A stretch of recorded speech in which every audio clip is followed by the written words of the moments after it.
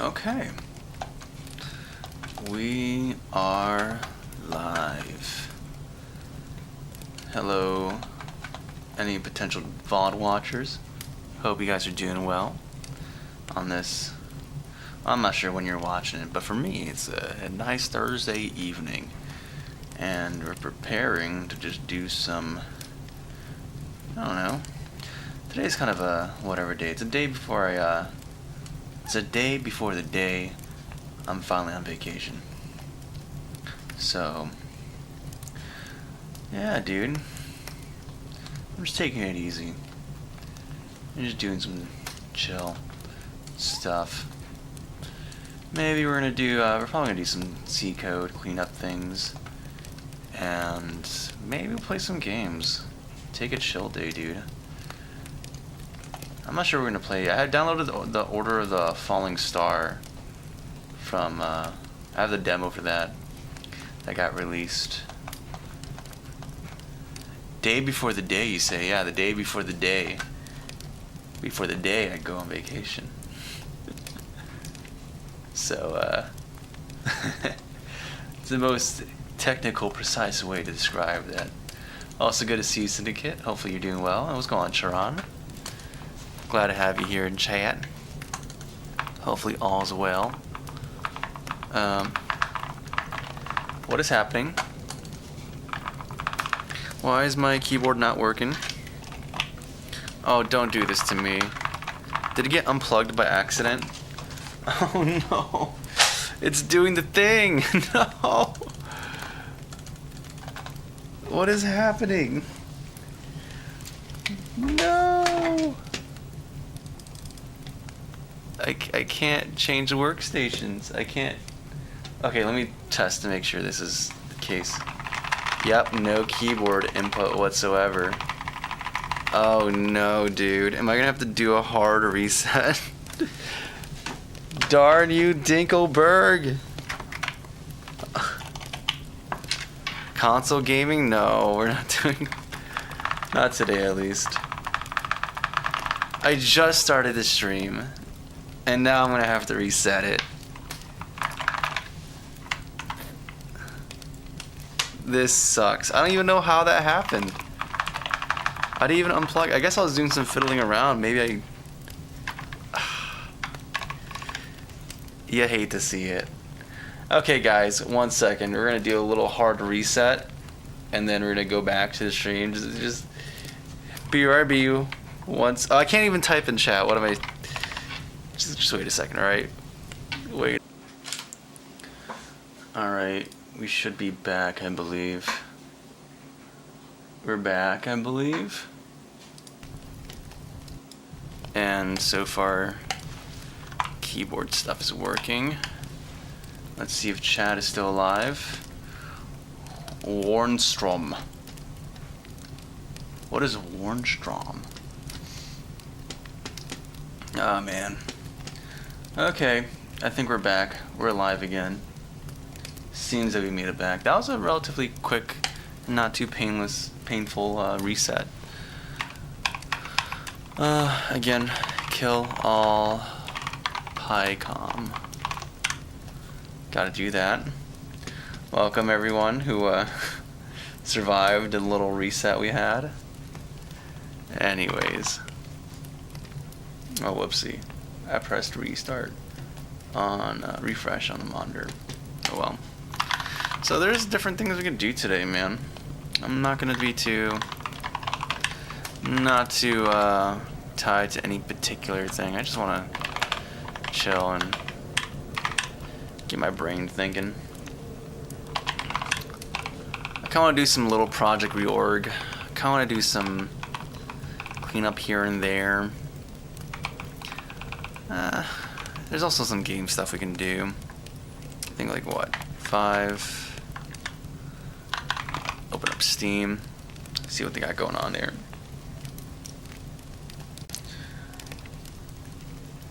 I don't know though. I'm not too. There we go. There we go. Roshan, what's going on, Roshan? Good to see you. Glad to have you. Hope all is well this fine evening. So, last time, I am pretty happy about this though, is that... What's going on? Why is this... Okay, there we go. So last time we were trying to get the rotation working. We got our transformation working at the very end of the stream, which is pretty sick. Second run game. And if I can zoom this out a little bit, you can see the Cozy Cabin Games is rotating the icon. So our transformation matrix actually works, dude. Have you used WASM or WASM Edge? I've done WASM indirectly. I use mscripting though for compilation to WASM. I don't know what WASM Edge is though. I just know mscripting is this magic thing that converts my C and C++ stuff into WASM. But yeah. So we got our transformation matrix working, so I'm pretty happy with that. I think what I want to do is maybe do a little bit of project cleanup a little bit, and then maybe today we can start being a little fancy and learn about SIMD. Not you, Cindy, Syndicate. Talking about SIMD, SIMD, and AVX and all that fun stuff, and we can start learning and get better. Now that we've resolved all the matrix stuff.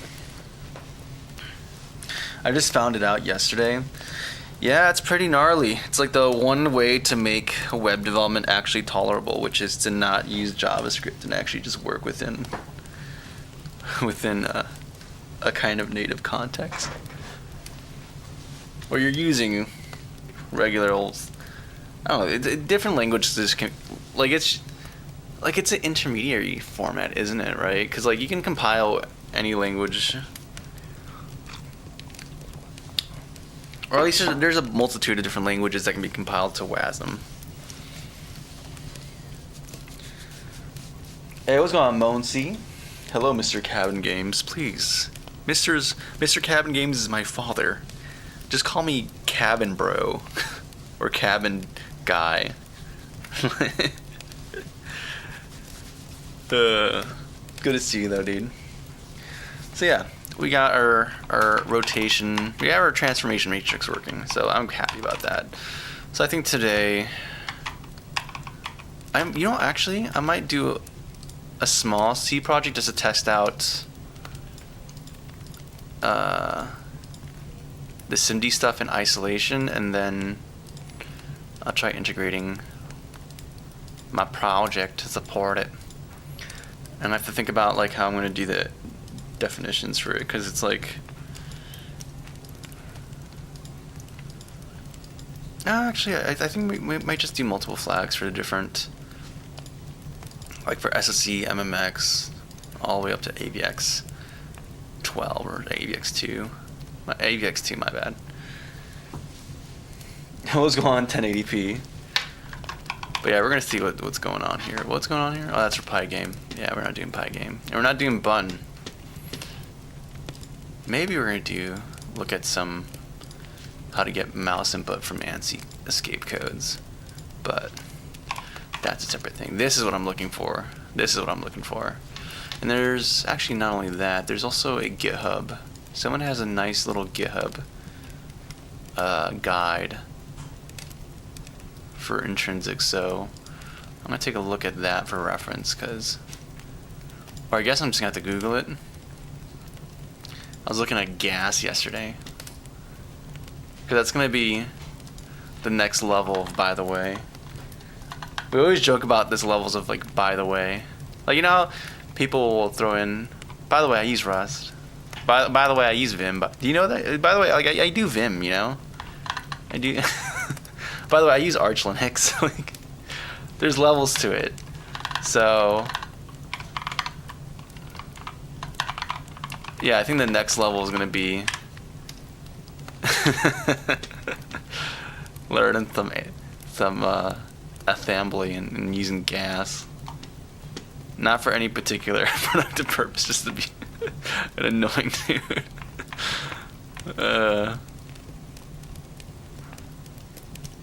Okay, no, there's a GitHub page. Someone actually did a good. Yeah, short examples illustrating AVX2 intrinsics. I just need to figure out how to build it and what flag to pass in the GCC, and then we're gonna YOLO and just figure it out.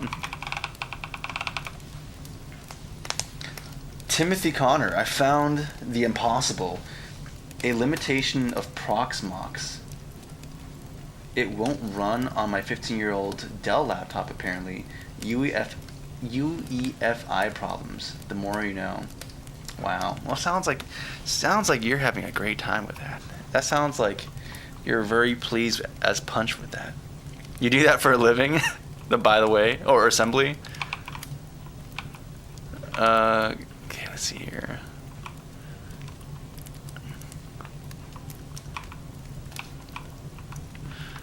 Okay, do we just go straight into our, well, first let's open up main.c. Also, I want to really illustrate the whole matrix thing. So I want to scale, I want to like oscillate all the properties we have here. Position and angle, position, and rotation. That's the thing I want to do. Or scale. That's the other thing. So let's, for our little demo, scale is a float 3.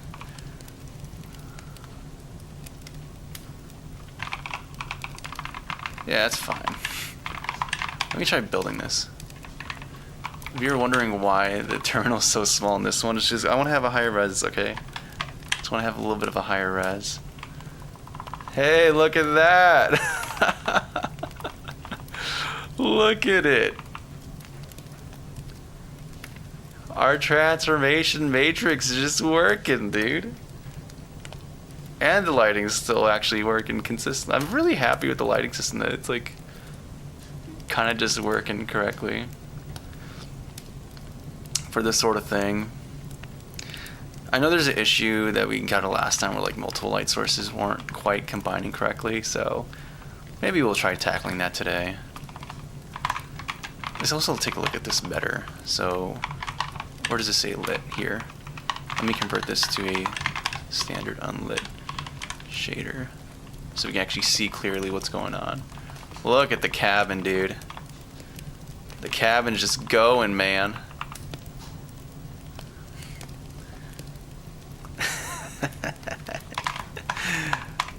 Oh, dude, I'm just pleased as punch. What can I say, man? I am simply pleased as punch.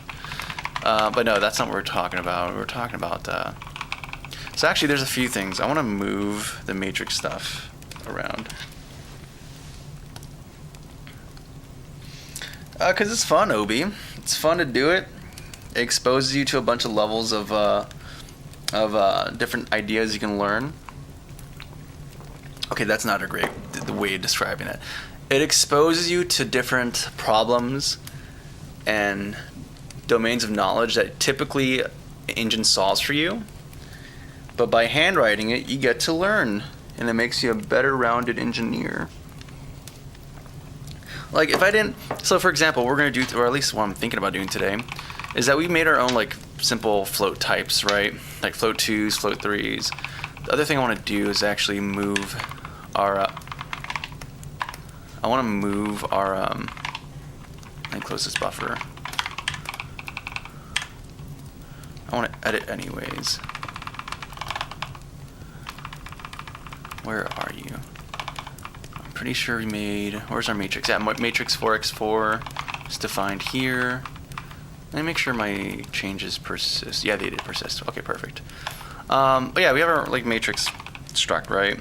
And right now we're just implementing it straightforward. But like that's really inefficient.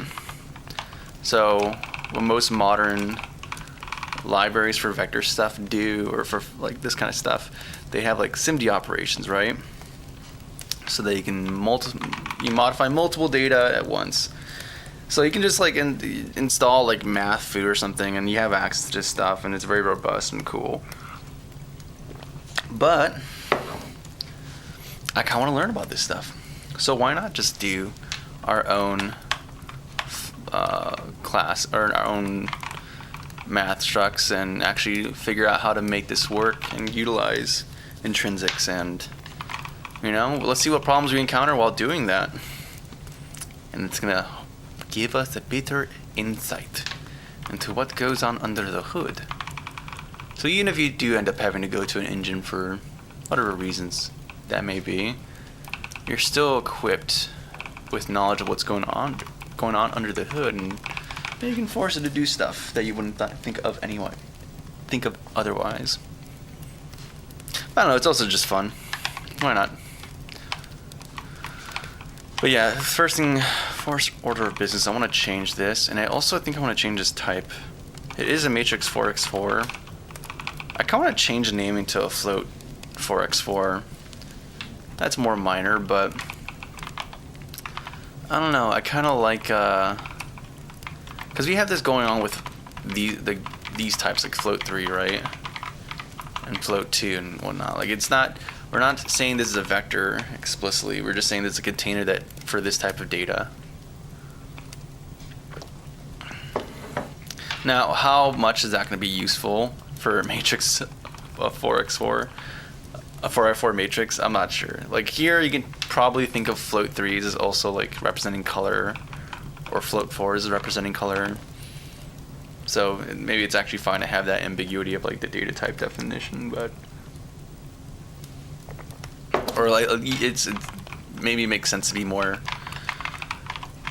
ambiguous here, but it's not a big deal. Anyways, let me actually just do that. So let me zoom in my terminal back here. I don't even know what resolution is normal for this anymore. Also, we're gonna move stuff, but let's first get this going. We have to make a hard decision. Are we gonna make this be float 4x4? I'm thinking about it. Confirmed. Also, let me commit my changes right now. I don't really have much changes, do I? Minor tweaks.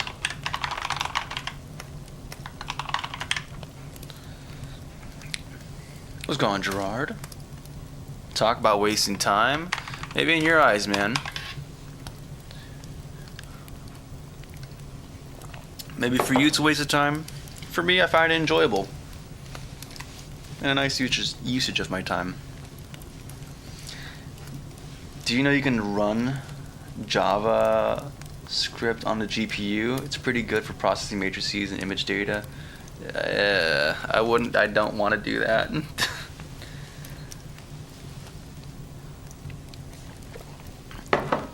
Like at that point, why not just you do CUDA, dude?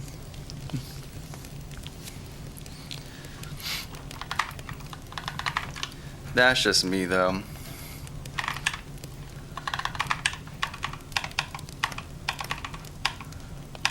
Okay. What do you have going on here?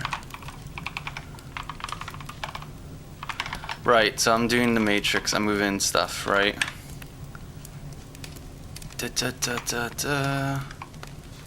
We made our new float 4x4. Let's start massaging the code into where it needs to be. Oh, I made a capital F2. Come on. Why would I do that to myself? We just got this thing working, and we're gonna promptly destroy it. And it's gonna be fun. I'm excited. Not really, but I think it's better to do it now while it's still easy and maintainable than later on when it gets unwieldy. Yeah, we're not doing this, we're doing this. Build object reference. Is this relying on static acquisition of stuff? Yes, it is.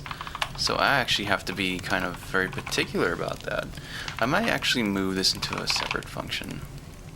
Like we're gonna have one contextual to objects here, then I'm gonna have one that's contextual to just building a general transform matrix. Call it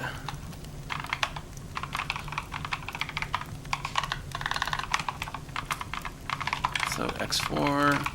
I also have to change this.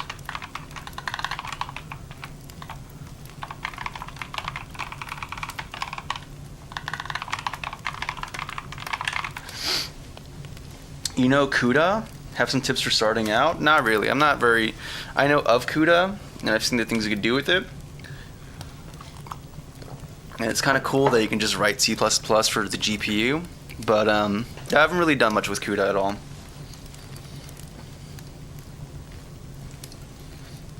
JavaScript in the GPU? Yep. No. But yeah, that's a pretty gnarly thing. I use it to build an app that can convert any image into an art stencil or set of stencils, and the script language syntax is really nice in your opinion. I mean, I'm not gonna like yuck someone else's yum. I just really dislike JavaScript. I think we've had this discussion before too. Like I don't like JavaScript, and so it's hard for me to get. I'm not gonna really feign that I'm like, that's cool, dude. I'm like, that's a thing that exists, and if people like it, cool. That's just not the minimum I can say is that's not for me. But like I said, I'm not gonna yuck someone else's yum. If it's cool and if it gets you excited for doing stuff, heck yeah, dude. Heck yeah. Right, we're making yeah. F4x4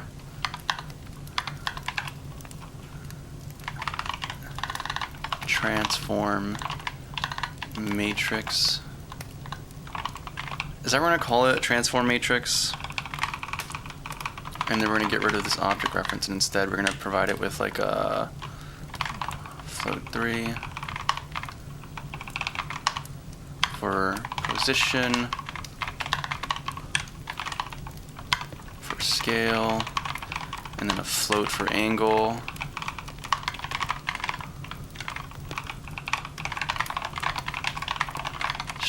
Float3 scale, perfect. We can get rid of this, and then we just have to insert the correct stuff here. Actually, we're going to change this to theta. I should probably look at the documentation for what units cost and sign take. They're probably radians, but I don't know. How you doing today? Hey, what's going on, SPO? Good to see you, man. Hopefully you're doing well, man. You just like JavaScript? Oh, I get. You actually just like accomplishing things? No, it's not about accomplishing things. I think if you write anything of significant complexity, JavaScript does not bear that weight very well.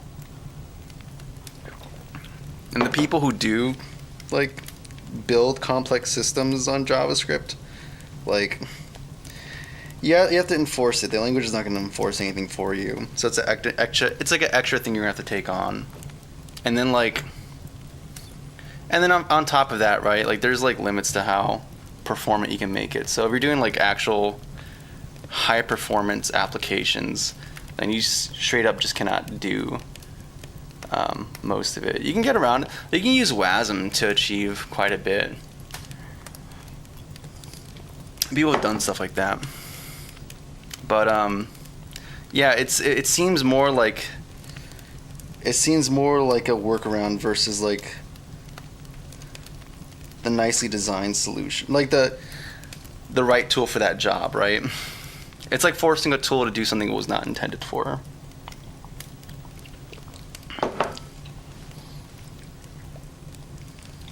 Do you like jazz? I love jazz. I love me some jazz. TypeScript makes it even better? Not really. I mean, it's cool. So TypeScript is great when it does work, but when some weird JavaScript issue pops up, I mean, it depends on what you're doing, right? But if you're doing like a bundler or something like that, then like you have to all of a sudden you have to deal with issues at like at the bundled code level, and the transpiled level, which is like way less easy to deal with than you know, because you're entering into a contract where it's like, hey, I'm gonna use you, and by using you, you're gonna protect me from having to deal with JavaScript directly. But once that contract gets violated, it's like, okay, that's not great.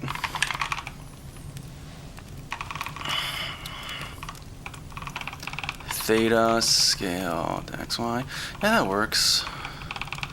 You have to change O position to just position.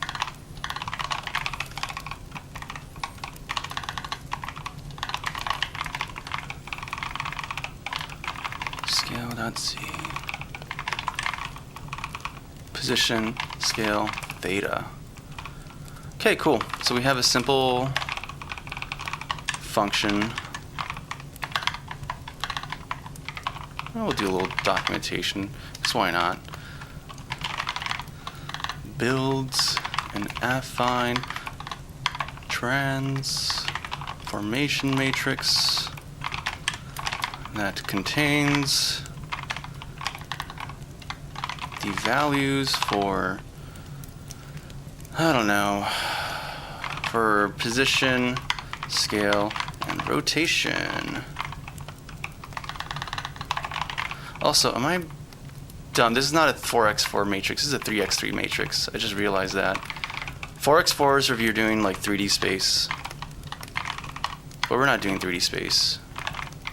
We're doing 2D space. So we're actually defining a 2D matrix, which just requires a 3x3 matrix to be able to, for the math to shake out properly. Splendid.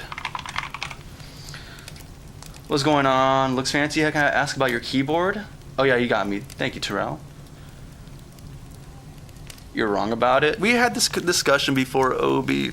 I don't think I'm wrong about it at all. I think like the work, like the things I've encountered while working, right? Like working had that, I don't know how to describe this.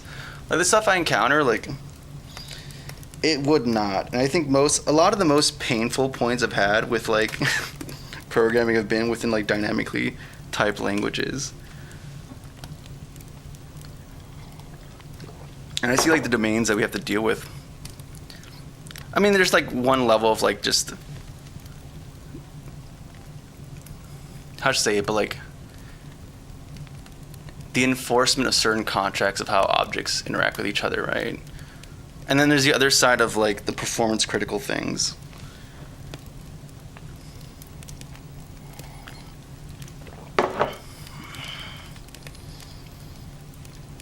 $1985? It's 2 older than you? That's crazy, dude, Niagara. And I've decided to publish my NPM packages without bundling, which is fine because my source code is very compact and efficient. All good, dude. What's going on here? Okay, I saw a bunch of messages disappear. What's going on here? That never happens. You're 100% wrong about it. The reason you can't articulate means you don't know what you're talking about. Gerard, dude, don't be dumb.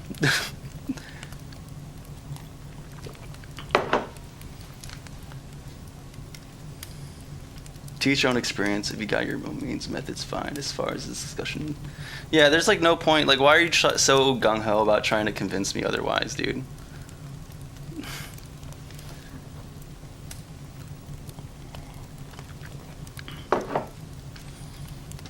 Also, what's going on, Monsi? I'm not a web guy, so I'll concede maybe its abstraction helps. Is your shader columns major default? What language is it?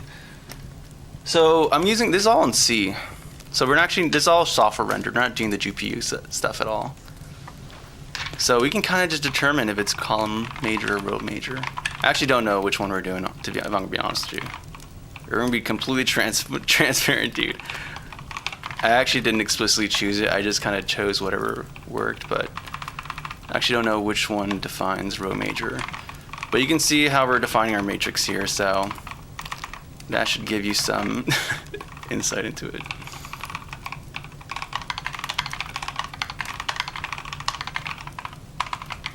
And the issue we had last time was because scale was not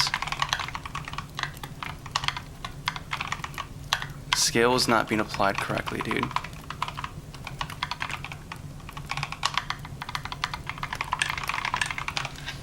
I'm not trying to convince you, just made a bunch of claims about it, so responded to them. No, I'm just telling you what I think, man.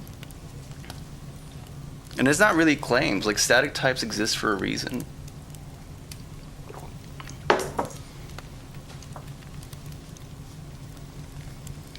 Like there's a reason why static types are being used.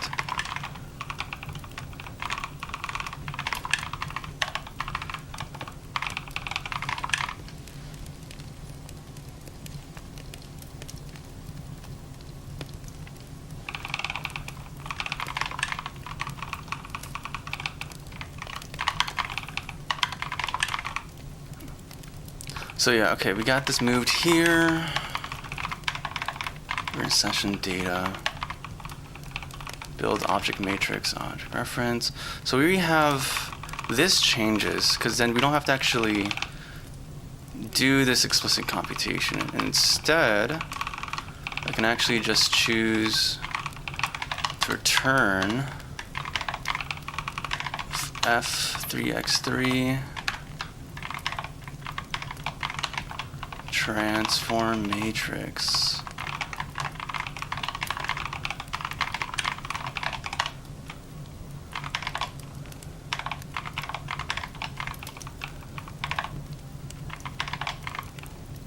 Transform matrix. And it takes in position. So actually, I shouldn't have deleted everything so gung-ho, because I do need these parameters, but I can get rid of the remaining stuff. And this is required because we're doing contextual things relevant to the object reference stuff.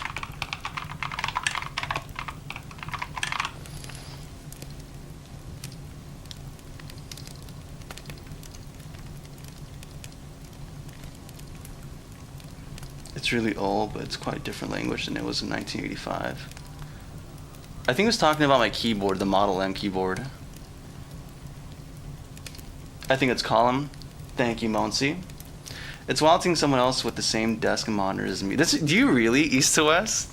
Do you actually have the same like monitors and the desk? I imagine you do audio production, because this is what came to mind for me. Like this desk and setup emerged from like the need to do audio production. I mean, not the need, but like I don't want to have separate monitor stands, so why not have a desk that allows for it and also has Mac rack mounts? So, transform matrix. Cool. So this gets condensed. I'm gonna change the name of this to be something else. Position underscore to world. That's crazy, dude. Oh, hey, man, we're twinsies, east to west. We're audio twinsies. That's a rarity, man. A man of good taste, by the way. Love my Yamahas. I thought about maybe getting Adams, but I like the clarity of the Yamahas. Okay, so I need to move the affine, or the inverse matrix function. And we also have to move the determinant functions too, because that's kind of required. And that's position to world. Really? We don't use the determinant I guess we don't. Yeah, position to world. Yeah, that's just multiplying against the matrix directly, so we'd actually just move this.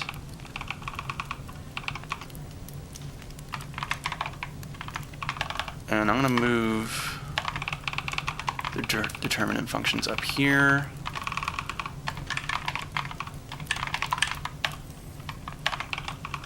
Yeah, we learned all this stuff yesterday, and then we're gonna promptly never rely on that knowledge again for at least some time. Because I really don't want to go to the hassle of looking up and writing out these functions. And that's like with the luxury of just having the information to look up.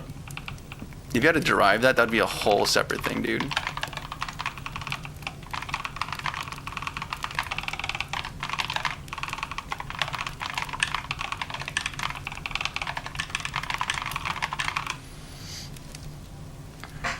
Not the language he's typing in. Yeah. Oh no, this keyboard is not that old. This is a modern one. So I list 2 keyboards. This is Ergodox. This is a modern one. And then I have a Battleship keyboard somewhere around that's like from 1985. You can even look at the serial number. I think it tells you what factory it was made in. I have a networking exam in 10 hours and I haven't studied, and I plan on procrastinating for 9 more hours. Well, at least you're honest with yourself, NYKV.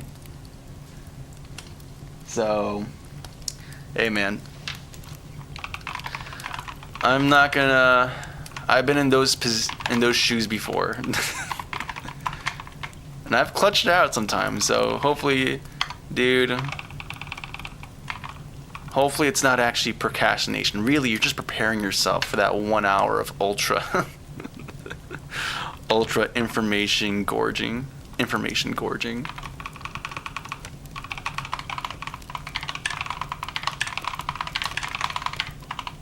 Actually, I'm gonna keep this like this. Or I guess maybe mimic the matrix structure a little bit more, but it doesn't really matter. I'm gonna change everything to have this prefix.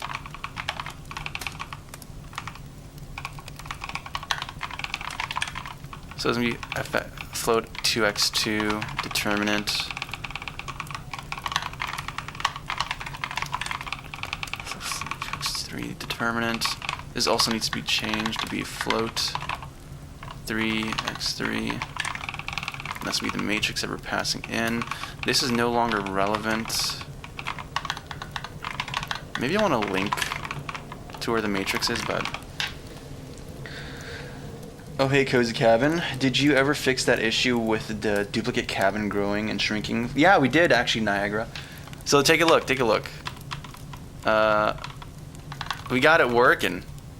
Okay, whoops. I didn't mean to build. I mean to run the game. So at the end of stream yesterday, we got it working, and it was like super de-duper cool. So now you can see we have rotation, position, and scaling happening. So it looks super cool. Oh man, it's beautiful.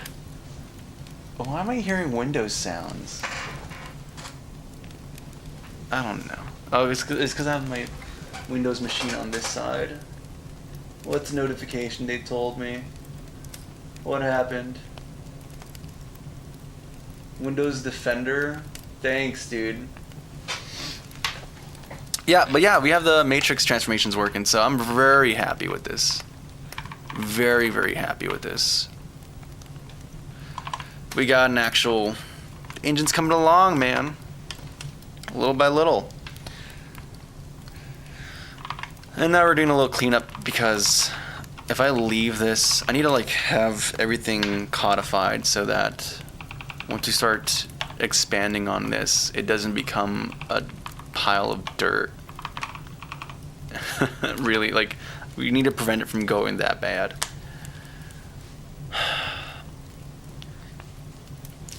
The thing I'm deciding is if I do a 2x2 determinant function, like this one takes in a struct of, you know, float 3x3.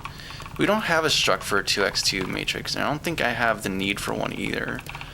But if I do end up doing that, then this name is not going to be correct because we're in C and there's no name spacing or function overloading. So what do? I could just make one function that I can change this to be different, like maybe like this or something. I don't know. Or maybe we just keep it like this, and then if we really need to refactor it later, I can just go into C-Line and do the large scale refactors there.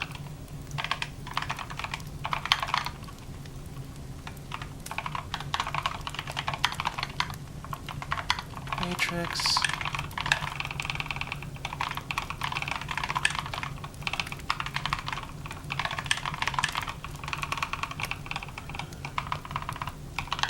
And it's cool because I think Rider also supports, or C-Line supports this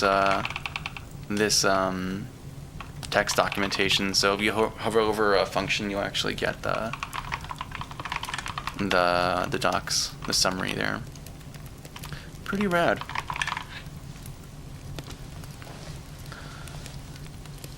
So I had to grab my phone and see. Oh, you saw it, dude. I'm glad you think it's neat, though.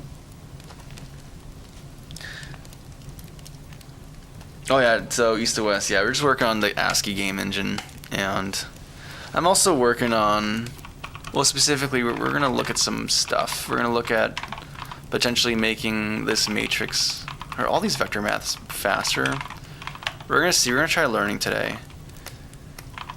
But before I do that, I want to do a little bit of project reorganization to make things not crazy. So yeah, I'm going through the process of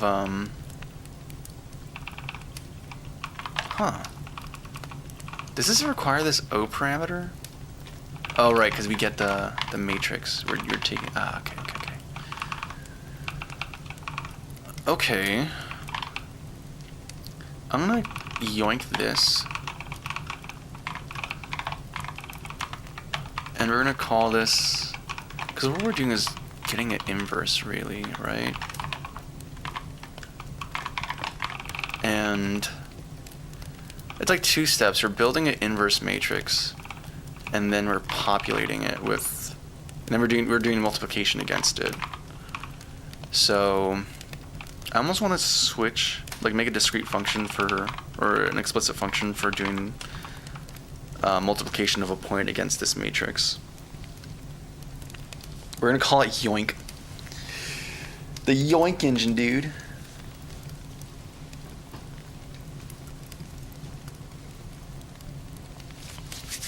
I'm gonna put on some music, dude. I think I want some songs. Also, it feels cold in here, dude.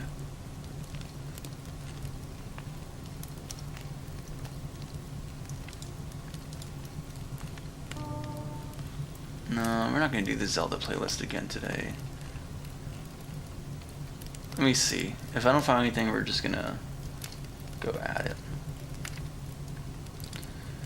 Show more. Go to my playlists.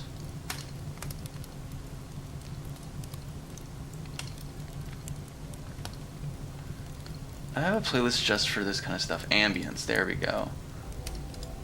Yeah, we have a PS2 Aquarium ambience.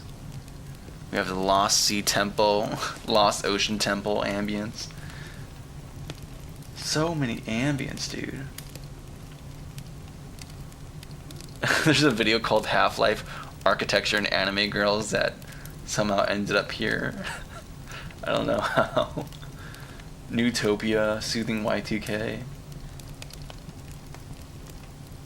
Dude, we got the works over here, man. We got everything a gamer can need. Yeah, this is good. I like this. Kind of the wrong era for what our setup is, but who cares, man. Marvel Rivals, Yoink, and Sploink. I can see that being a real title, dude. Not for Marvel, but I can see that cropping up in some other game. So what are we gonna do? Right. We're gonna do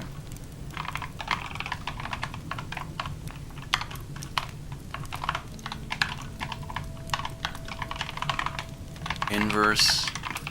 All we're gonna do is take and instruct float 3x3, and we're gonna construct an inverse matrix from it, for it.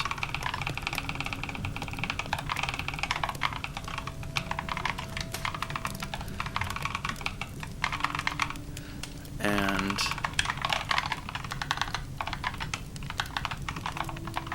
three. I don't know, we're gonna call it R, I guess, for result. Maybe inverse, or m-1, but we can't do that notation, sadly.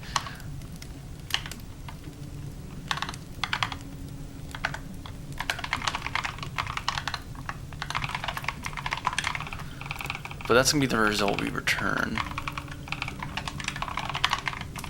And we're gonna set the parameters within there, so. Actually, this kind of becomes a bit simple because all I gotta do is hit this I.app.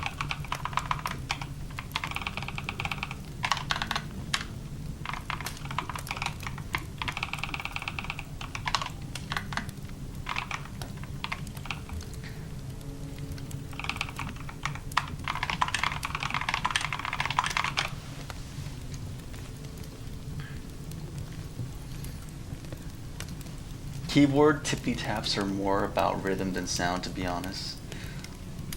What's going on? It's recommending nail tapping ASMR just below your stream. Guess folks really like the keyboard tippity taps. Rhythm than sound. Interesting. I haven't heard that take before, Monsi. But I can see that. Though I feel like I'd probably have the worst rhythm then. I'm just working. So it's very sporadic and inconsistent. We have this, we assign this coefficient. Yeah, that should be correct. So that's part of this. So we build our inverse coefficient. And then we have to have like a multiplication.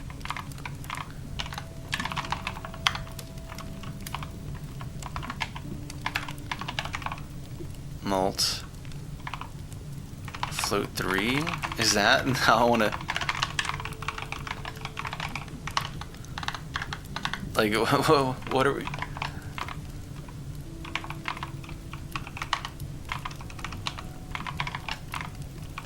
I guess like that's actually we should probably specify what kind of multiplication we're doing, like for. Wait a second. Matrix multiplication types.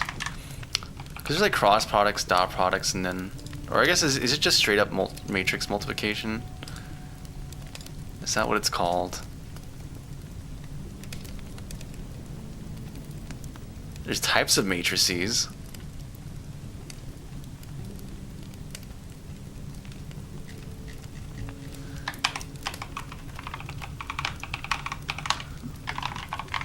Okay, I'm just gonna call it multiple point.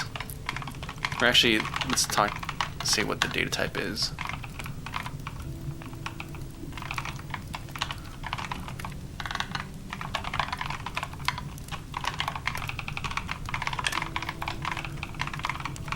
And then essentially just gonna be this.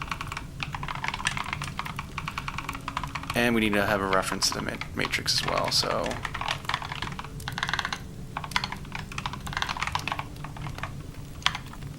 I keep doing 4x4. It's a 3x3 matrix. I'm being dumb.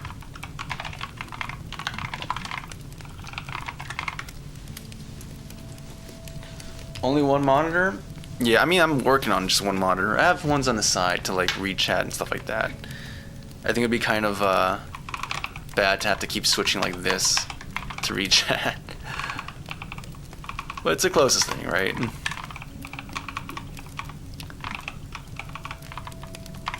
And we're gonna do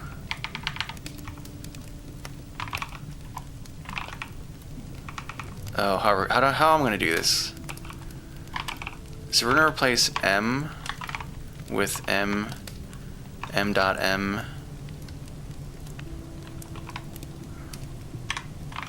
And that's gonna be annoying because it's gonna do that. And then we can replace det with nothing. Very nice. And we have to change W position. W position with our point. And there we go. We got our mult F3 function. So we have the recipes for this guy here. Splendid. Indubitably. So this gets condensed down into matrix 4x. I keep doing it. Oh my goodness, dude. Why do I keep doing that? It's a float 4x, 3x3 too. I guess I'm so used to doing matrix 4x4 or float 4x4. Actually, Unity has float 4x4 and matrix 4x4. I'm so used to dealing with 4x4 matrices that I forget that for what we're doing, we don't need that yet.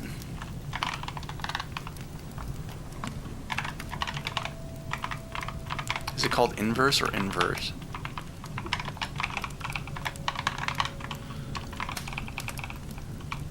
I kind of want to have a function for both inverse and invert, so I don't have to remember it. But that should be correct.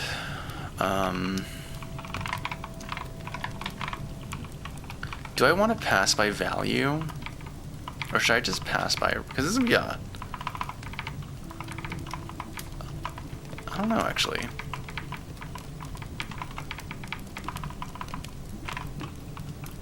I guess it's going to depend on the pathology, man. And how we deal with cache. Yeah, there's two chat rooms. There's one for a horizontal stream and then one for vertical stream. So I can get rid of this. And instead we're going to return F3x3.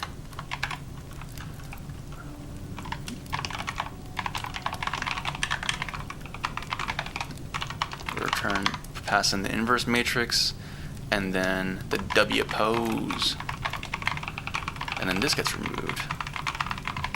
Splendid. I got beef with 4x4 matrices for now. Homogeneous chords are so mean. Yeah, they do. They be mean, dude. Yeah. Yep. See, this is why we're mostly chilling. Hello, Shadow Horizontal Wizard Money Gang. Oh my goodness, Niagara invaded both. An invader has broken into your lands. Yeah, I mean, this is going to be fun in games for now, and then eventually I'm going to port this over to an actual... I'm going to force this to be 3D at some point, and then it's going to be... And then it's going to be all bets are off. It's going to be rough, dude. It's going to be rough in these streets. All the woes of 4x4 matrices are going to come back to haunt me. Actually, I haven't had too much issues with that as of late.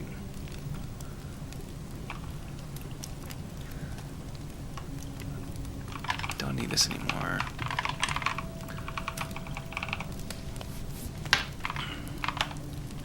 And then this comes simplified as well, because no longer are we doing the whole math right here. We're going to do it all within one place, which is going to be 3x3 mult point.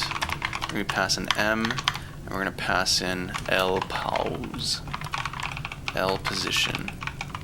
Gosh, it becomes simpler, dude.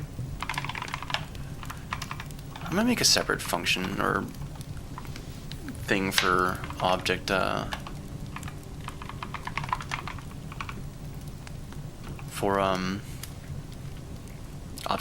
object utility functions.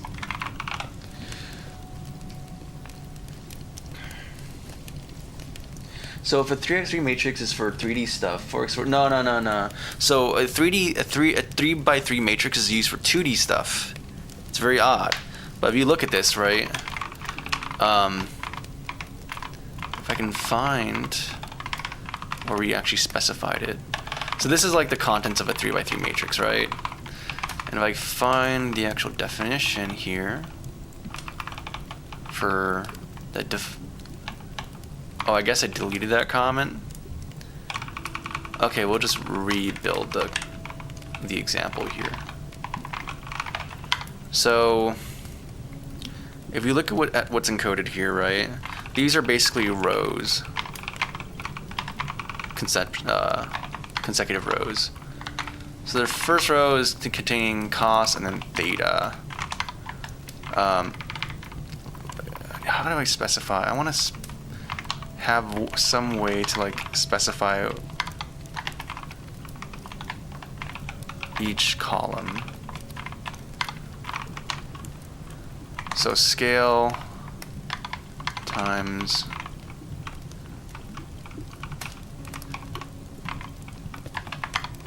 okay, I guess this is the most reasonable we can do for right now.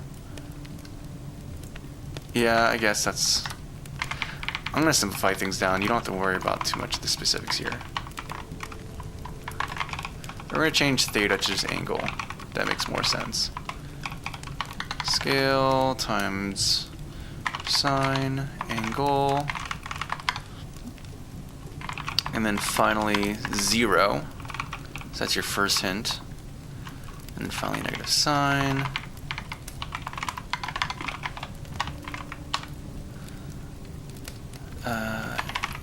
Equal.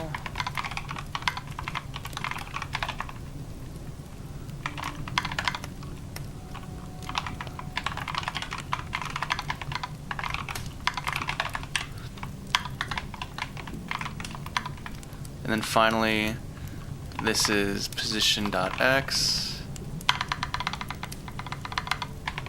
position.y, and 1.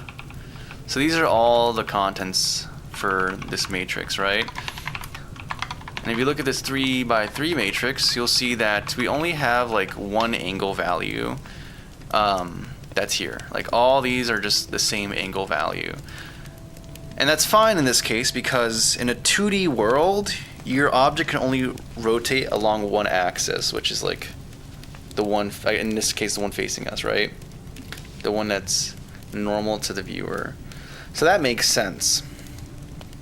But for a 3D spatial object, you can rotate in a higher amount of dimensions, right? And so if you look at the definition for like a 3D matrix, or a matrix that contains a transform information for a 3D object.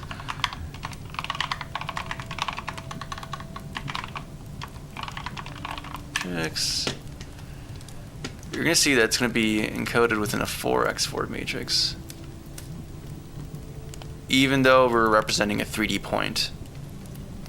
Which is why a lot of times when we see a lot of math for this, even though you're using a 3D point, you use the value 1 within the the fourth entry. Where are you? These are individual ones.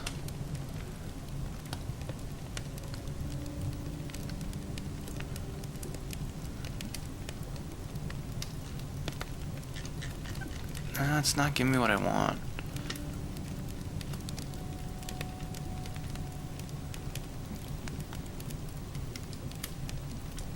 Come on. Okay, and it's lagging like crazy, dude. What's going on? Why are you doing this to me? Firefox, you're better than this.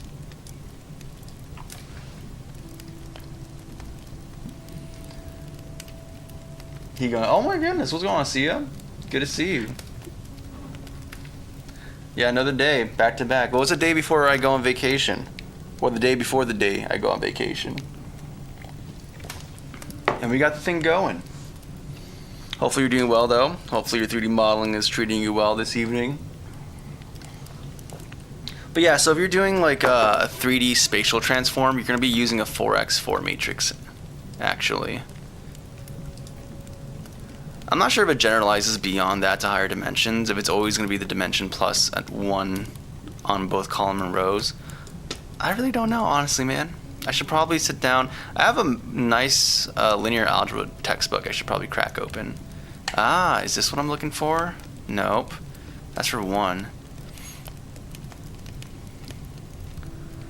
Like, I'm seeing these for the different parts, but I'm not finding it. Oh.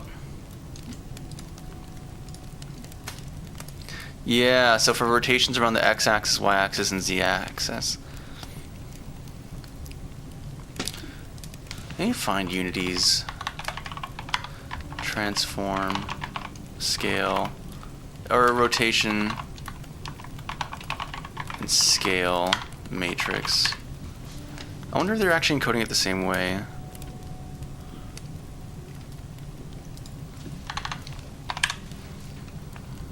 Anyways, hopefully that answers your... I know it's not the best answer, the most informed answer, but I don't know, hopefully you got something from that, dude. Yeah, I want to find the... there's a way to decompose a TRS matrix. Whatever. Whatever. Let's just keep doing our refactors.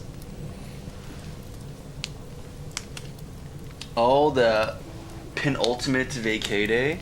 Yeah, we're it's gonna be good, man. I'm gonna go on vacation and I'm gonna not have to worry about work and let the brain breathe a little bit, and I'm gonna bring my laptop so we can go to a fun variety of places and I can just keep looking at this code here.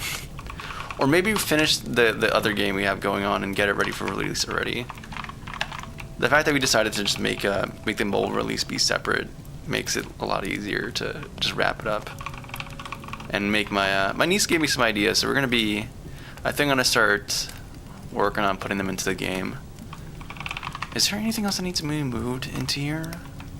I think those are all the major functions that we needed to worry about. Because all this stuff is pretty straightforward.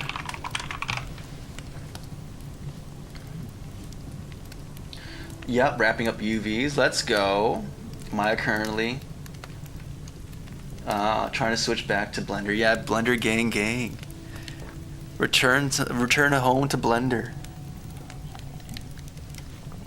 Well, you did Maya in school first, right? And then you started picking up Blender on your spare time.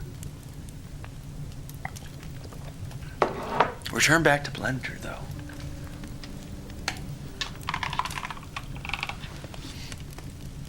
Yeah, I think it generalizes to n+1 because isn't the additional vector just to do with translation? Yeah, I think it's for that. But I didn't want to be authoritative about it. Because I am a little ignorant in these matters. But you know what? No, we're gonna spread. We're gonna be confident at the cost of potentially spreading misinformation. But yeah, it's like usually for position, right?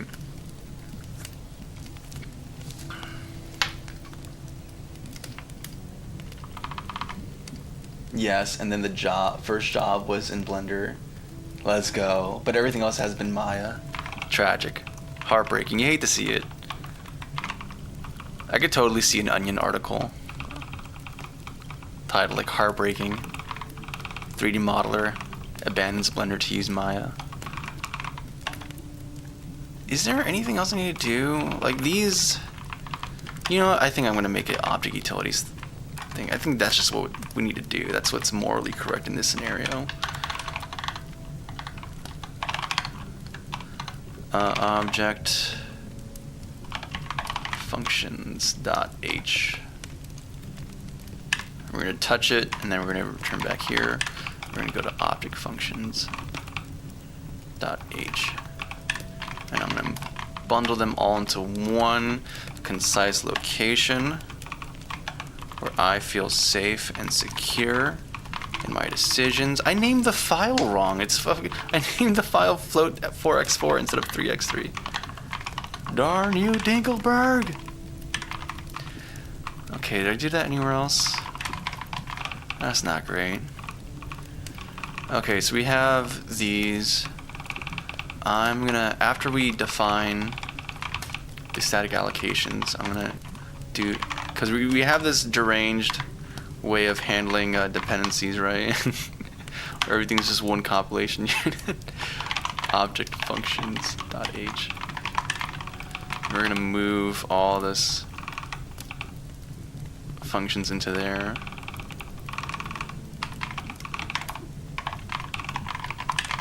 It's great.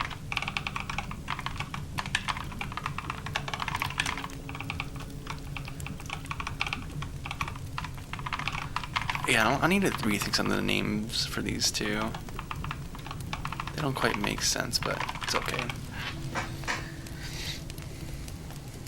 Build software rasterizer? No, actually, Muncie, we're not doing a software rasterizer. We're building a software ray tracer. Two different, fundamentally different techniques for getting pixels on a screen.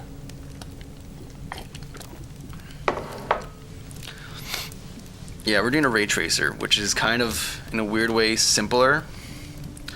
On the other hand, it's also can be very difficult to actually make it fast and performant as we scale up resolution. But hey, man, we'll figure it out from there, dude. It's gonna be great, dude. We're gonna add like, what if we just start turning this thing into like, I don't know. We can do like a, I can make a branch of this repository and make it a satire of Unreal Engine. So we can start like, we can make this, we could change it so make it be deferred rendered and then have a G buffer for everything. And then we can like slap some nice blurry TAA so that you just see a blurry mess at 640 by 640 resolution. The most blurry pixel art in the world. Looks like the entire game was censored. Oh man. Let me catch up in chat, my bad. I'm trying to switch back to Blender, yes. The first job was Blender, yeah. The industry standard one. Still neat that you're pursuing Blender field as well. Blender is used by so many studios now. It's pretty cool. I love to see it, dude. I love to see Blender invade more and more studios. And I just want to see it get better, dude. I know just like from friends that Ubisoft Berlin has their artists in Blender and friends at Respawn use it too. That's pretty sick. I think its standard is changing about dang time, dude. It's cool too because like you can look at, like, that's the cool thing about open source, right? Is that you can just look at the source code for Blender. So if you guys actually want to learn about all the cool things that Blender does, you can just like look at it. And it's not actually that crazy because Blender actually has like a architecture doc, which seems kind of crazy, but it's actually not. And it actually is kind of easy to developer docs, yeah. It's kind of easy to like, oh, there's discrete modules for the different components, so you can actually just look at that. They have the handbook, summary of code, see the features. Is it read more? Or is it material MKDocs is built using material? You build the documentation. Is this it? No. Let me find it. There's a way to. Okay, we're gonna go to the handbook. Pick a project in context, setup, navigate the code, get tips. They have a little diagram. Okay, it's not a little diagram. Where is it? Now I want to find it because it's actually kind of cool to look at it because you're just looking at the totality of Blender at a high level.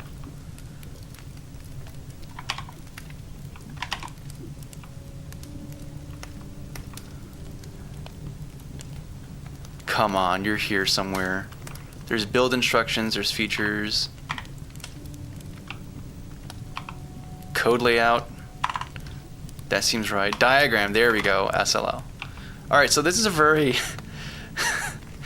very light, little, small document, nothing too crazy. But if you look at it, it's actually not that bad. Like, it's large, of course, because Blender does, I don't know if you know this, but Blender does a little bit of stuff here and there, right? But it's actually not that bad. Like, you can see the different levels for the architecture, and then like they have the dependencies flow in one direction. So like things that go, the test stuff on top is dependent on the things directly below it, and you just can follow that way. But the things below are not going to be dependent on the things on top. So you can go through it and start getting a feel for like all the different components of it. They go pretty in deep too, because it's like you saw it earlier, they go down to like the OS utilities and whatnot. And even the simple stuff like file loading, whatnot. GPU drivers, you can see like how they abstract the your graphics APIs. It's pretty cool. If you're doing software development, like this is actually pretty fun to look through and get a feel of.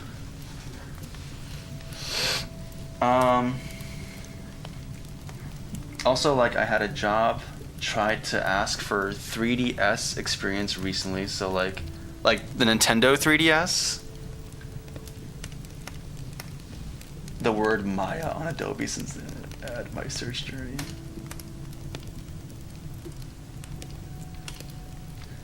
At improving my skill sets during the time. Yeah, you're progressing, dude. I need to have more like excuses to work with you again, dude. At some point, like I'm gonna go back to Messy Mansion, and I'm gonna set aside a budget to get like some 3D artist help on that game. I need to figure out a good workflow though.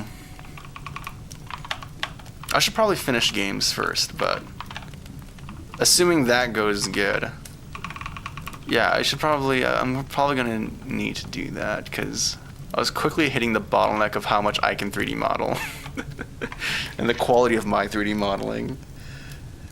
So it's like, all right, maybe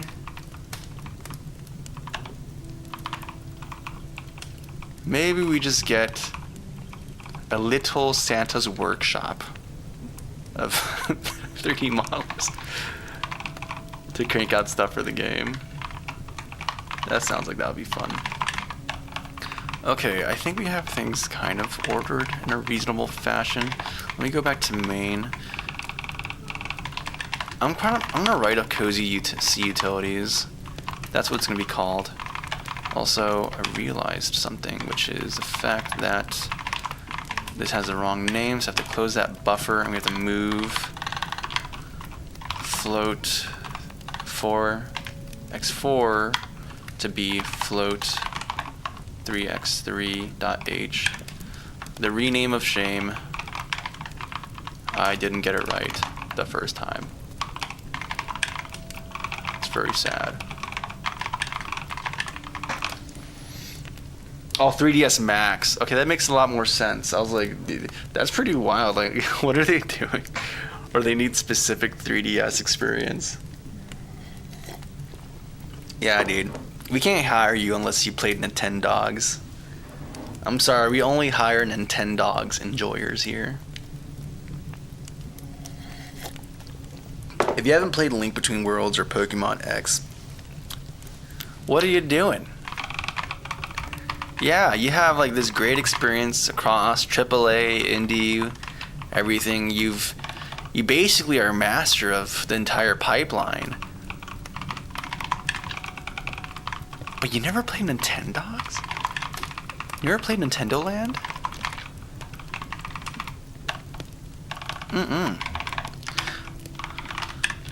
Okay. Things have gone wrong. Well, actually, we knew they were going to go wrong, but... Okay, yep, 58.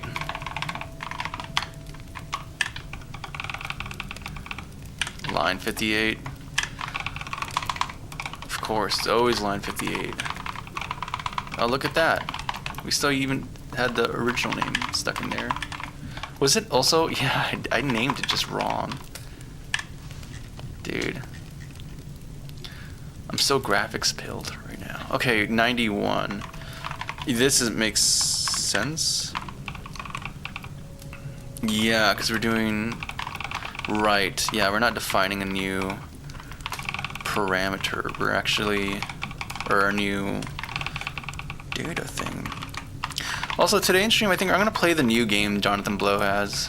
He released a demo recently, and I want to give it a try because I love Braid. I love The Witness. I'm probably gonna love this game, man. So why not give it a little gander? Dang, let's make a game for the 3DS. Don't tempt me. Don't actually tempt me. I've been thinking about, because there's okay, not the 3DS specifically, but I've been thinking about making actual games for. Okay, there's an idea here. Okay, so walk with me, guys. Let's all walk. Let's take a walk together, right? So you know how, I hate JavaScript, right? We started the stream off with that topic. It caused a little bit of a little ruckus. But it's the truth, and I'm not the only one. I think like every programmer I know dislikes JavaScript. So why is JavaScript used everywhere? Well, JavaScript is used everywhere because instead of writing an application for, this system and then writing another one in this other system, every OS for the most part has a browser support, right? And if they have a browser, they have a JavaScript runtime. And you want to have your application on the web page, right?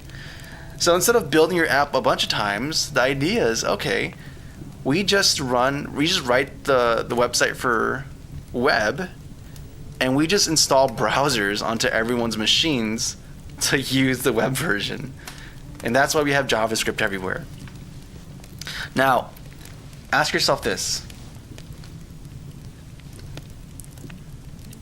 Can you download a PlayStation 1 emulator on your phone? Yeah, you can. Can you install a PS1 emulator on your computer? Yeah, you can. Can you install it on your tablet? Yeah, you can. You can install a PS1 emulator anywhere, dude. Or an N64 emulator. You can install an N64 emulator on your PSP from 2008. So, if we have these old consoles and their emulators are supported everywhere, why not just make a game for that console and it just runs everywhere? Write it once, run everywhere, dude. That's all I'm saying, man. Dude, write it for the PlayStation. Write it for this guy or some other console. It could be the 3DS or the NES or whatever, right? I'm just saying, dude, we missed out. There's a feature we could have had where to access your banking information, you'd boot up ZSNES and load up the Chase ROM to look at your account balance.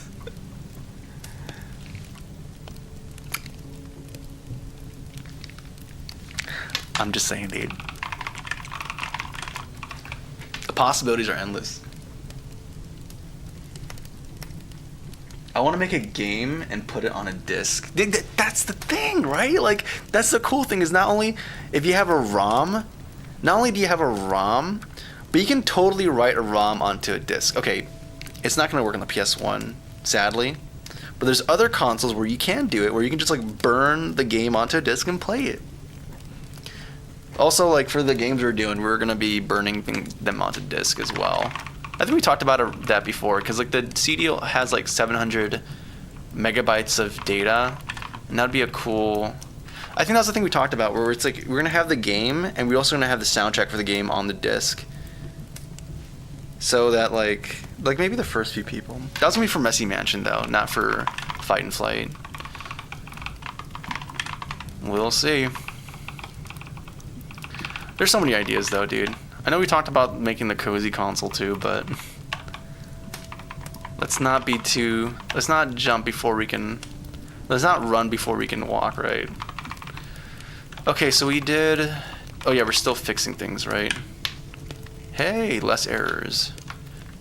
Object function 10.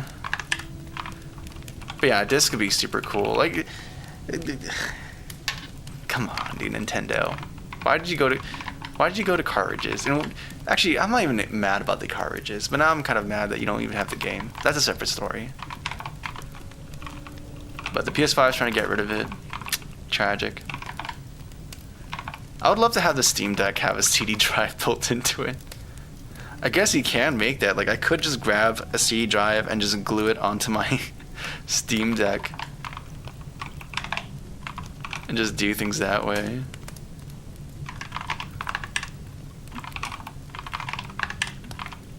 It's saying it's at line 10. No, line...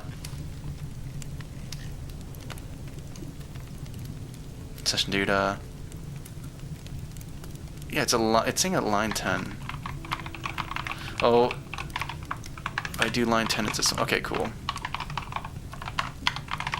Okay, we're good. Perfect.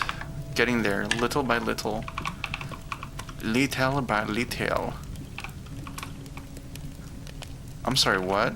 Oh, I need to pass in the parameters. Duh. Data. Very nice. Oh, there's so many ideas, dude. I get so excited for different ideas. I know I said I was going to complete this. I wanted to complete the game before I went on vacation, but I think this vacation I'm just going to take some time and just get it done so we can have something done and at least release it for desktop and for web.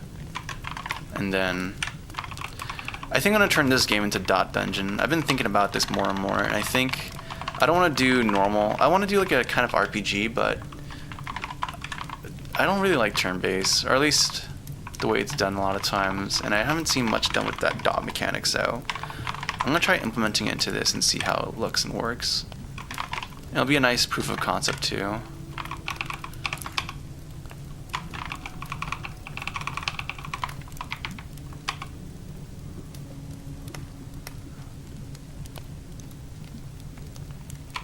Huh? What is going on? Where's Molt Point?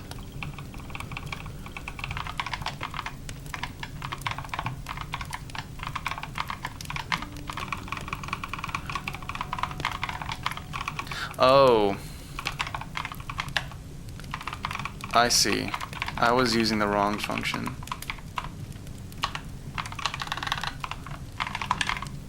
Did I really call it F3? I guess I did.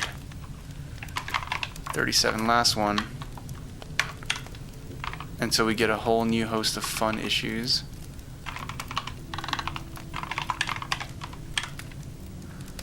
Yup, more bad things.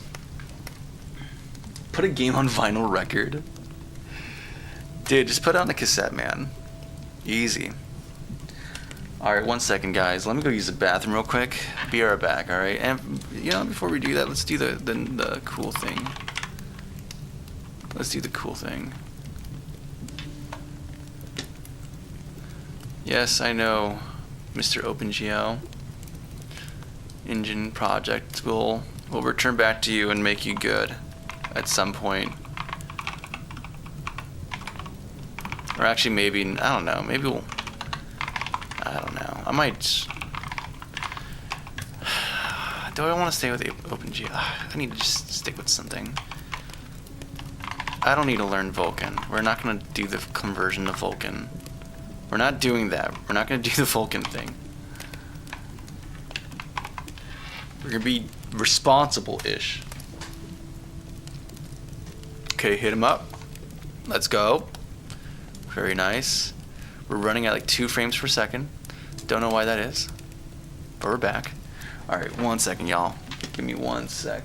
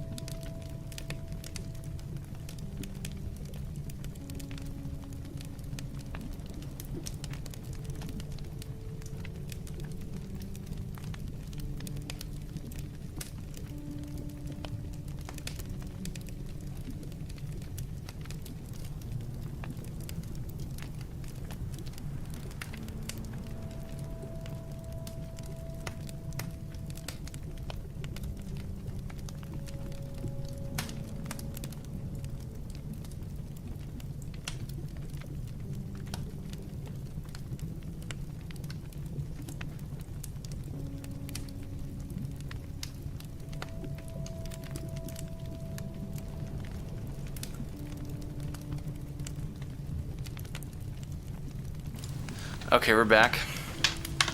I'm having that weird thing where things are getting laggy for some reason. I don't know why.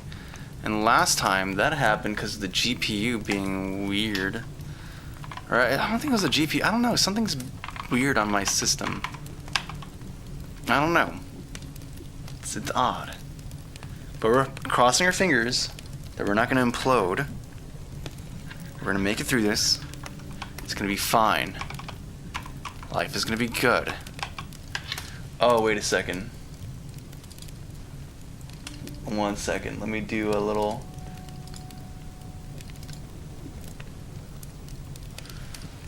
Okay, I may have recalled the cause for this. Which may simply mean I just have to close.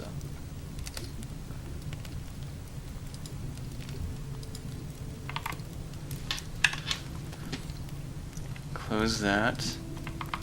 Copy this, close it, reopen it.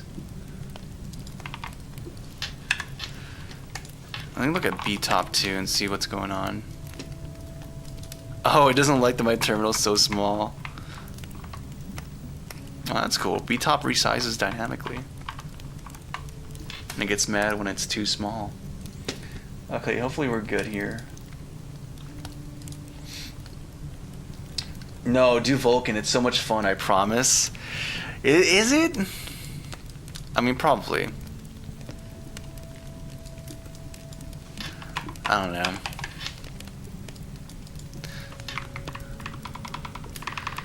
Okay, what are we looking at as far as usage, available?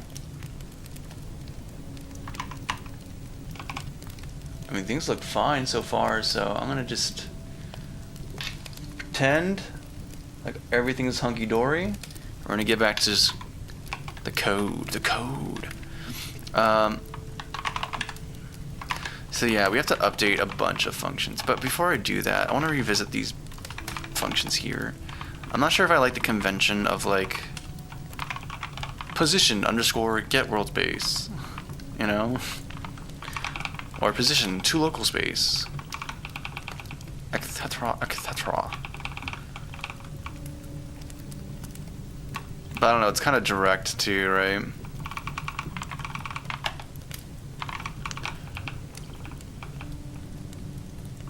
Also, I don't want to use position. I think point might be more descriptive. What's going on, Blue Flocks? Yeah, horizontal's popping tonight, dude. Today's a horizontal. Horizontal has risen. It's crazy, dog. And by the way, we need to do a Discord event or something, and we need to do something in Discord, man. I think I want to do some like VCs and hangouts there. I think I haven't done enough with the Discord. So we're gonna plan something else, dude. Especially now that I have some time, dude. Yeah, my computer is like acting very laggy. Not sure why, dude.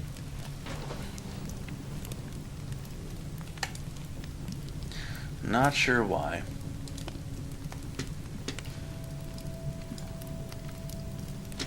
Let me do something actually. Let me close down this tab. Or that browser. Hey, what's going on, Tamerka? Good to see you. Glad to have you here. Alright, guys. Does this convention say...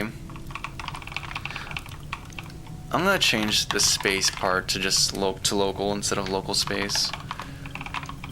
And I'm gonna change this to point. That just feels more accurate to me. And then this build object matrix, I mean, it's what it is doing, but I think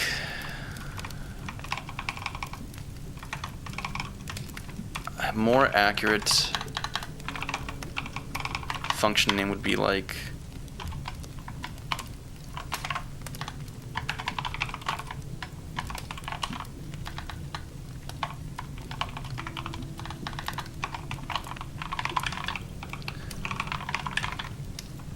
object matrix or transform matrix.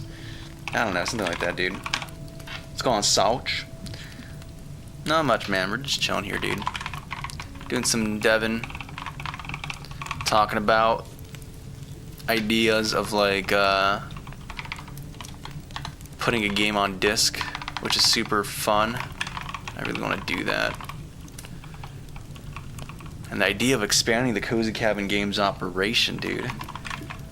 In fact, we're not only going to have a team of 3D modelers, dude. We're going to have claymation people. Not because we're going to make a game that uses claymation. We're just going to have them doing claymation just for the enjoyment of the people. It's like an AoE type thing, you know?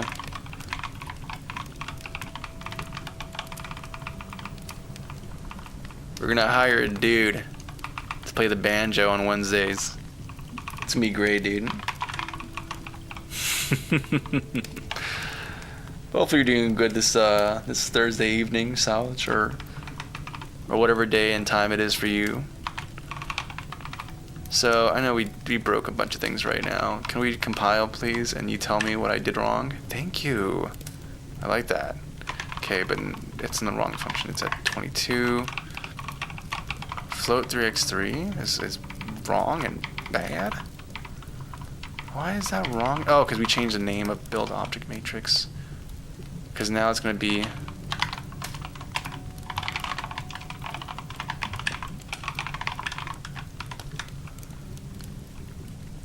and then within line 32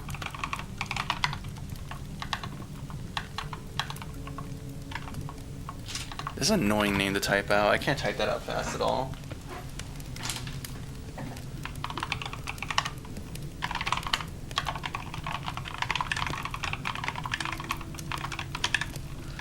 Okay, and then 154. Then here, it's now going to be just local space, and it's going to be changed to point.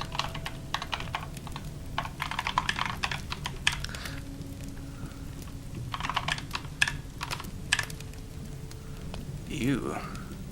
Why are you being mean?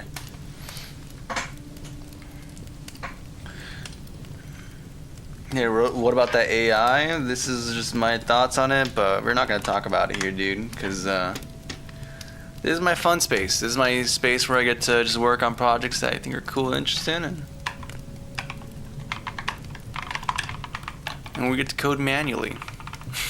That's crazy, that's a term now. Manual coding. So I'm just going to leave it there, alright?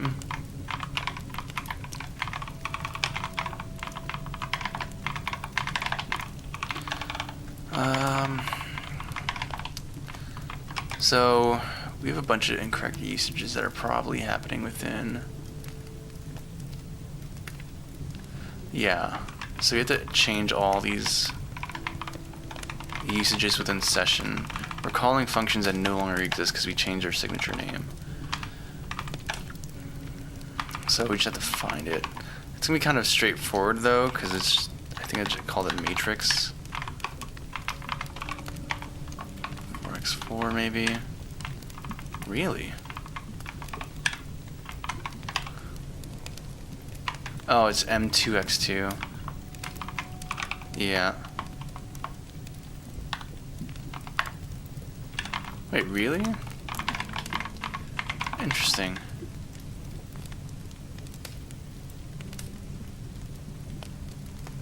Oh, no, it's actually within the float. Oh, because these changed. Because now they're, it's called F3x3 determinant, yeah. Or F2x2 determinant, yeah. That's an easy fix.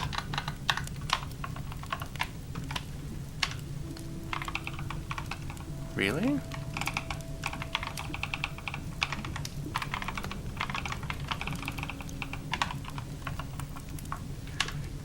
Cool. How do you How do you code for work? Or do you code for work? Yeah, I do. That's my day job. Until a few days, because I'm gonna be going on vacation sometime soon. We'll see, actually.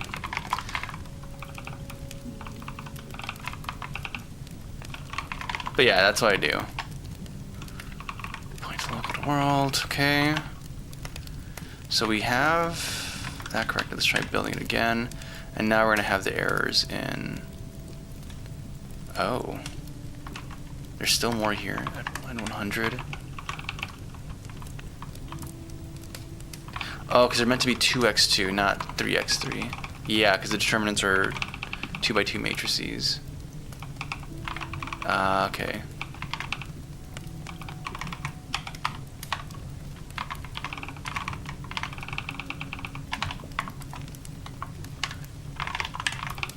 Okay, that should fix it. Okay, and then we have another issue at 42. Man, I can't catch a break. Yeah, same thing here though. That should be more straightforward. No 2x2. Build it. And now line 89.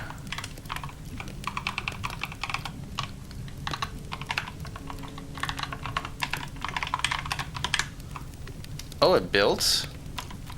Wow. I thought there'd be way more things that went broken. Okay, let's try running game. Hey. It's working. Yes. Yes. Our transform is still working correctly. Nice. Okay, cool. So let's just and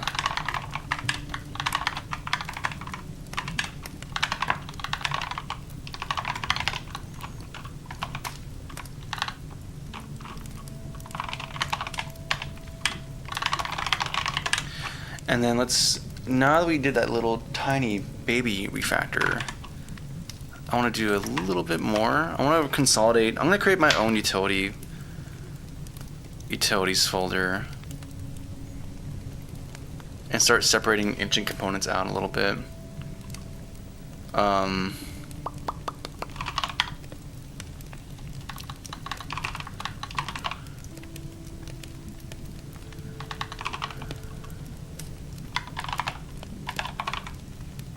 We're gonna call it Cozy Utils.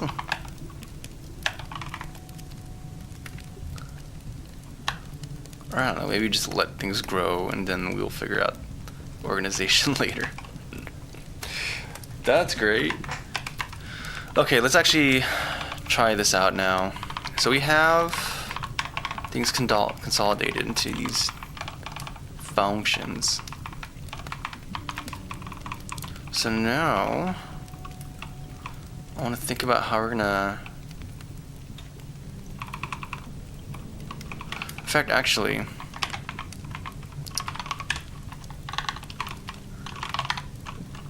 we're gonna make a folder called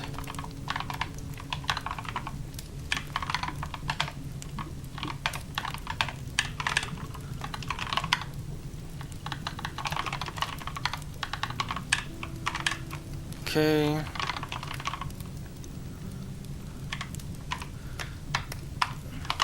Let's open a Firefox. Oh, it's doing the thing, dude. It's doing the thing. Something's gone wrong with my machine, dude, and we're being held hostage. I cannot open up a new browser instance. Something's like my drivers probably failed for some reason or crashed. And that causes that weird slowdown we talked about earlier, as well as it causes the issues with opening up Firefox and any game actually for that matter. So I can't even we can't do the gaming thing today, at least with this session. I'd have to stop stream and reboot and then come back. So Okay, so we can't rely on looking for online references for this stuff. So I guess we're not going to do the AVX stuff at all. I can't open up Sprite, so we can't even do pixel art. That's great. So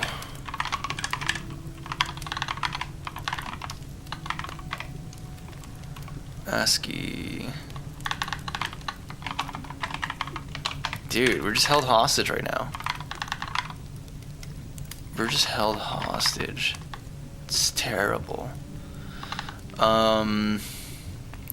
What is our to-do list? What is the next step we want to work on now that a lot of things have been removed off the table? So we have basic movement. I think we can start working on like defining a level format for our game. That's the next big thing, and we have to start defining application level logic. So, and that means we also we have to clean up main. Today's gonna be like a cleanup day. Today we're just a janitor, because right now main has a lot of application level logic you can think about. You can think about it that way. So we should probably want to simplify it out a little bit. And get this into some kind of, like, move this into a different function that's going to be more, it's going to have more discrete steps for everything. And we have to start thinking about how we're going to structure our entities, because we have to have a way of tapping into, like, the heartbeat of the game, the update cycles. So I guess we're going to call this engine.h. Actually, no, we're not going to vim into it.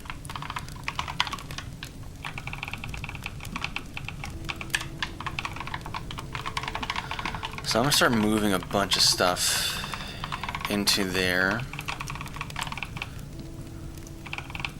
Honestly, we're going to kind of clean up main a little bit.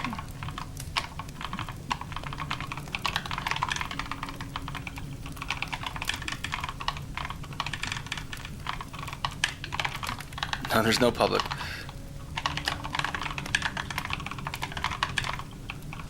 And then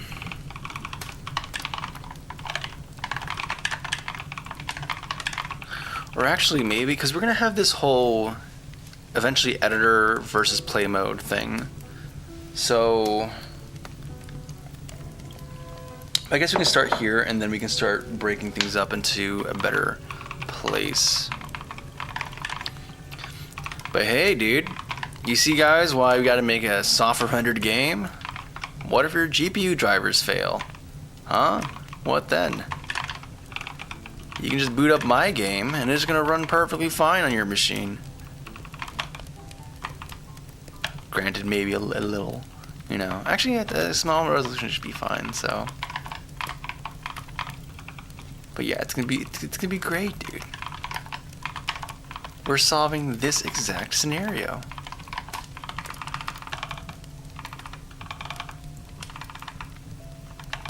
Oh, we have these functions too. Yeah, object reference create. This is going to go into the object utility functions, because this exists after all this stuff has been defined.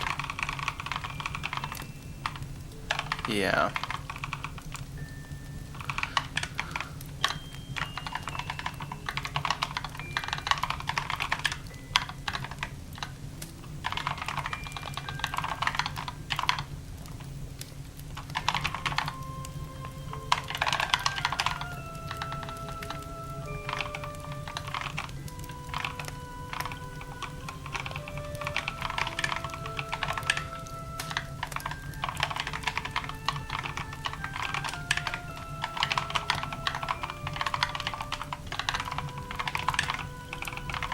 Okay. So I don't need this function anymore. We can safely get rid of that.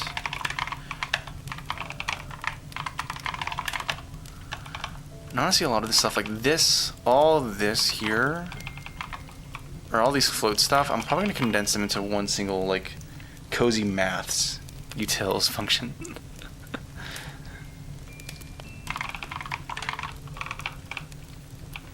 I don't know. I'm going to think.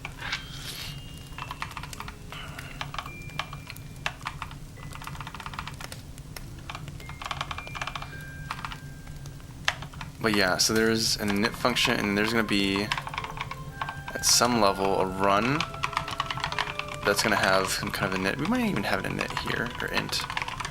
And it's going to report back like some kind of exit code.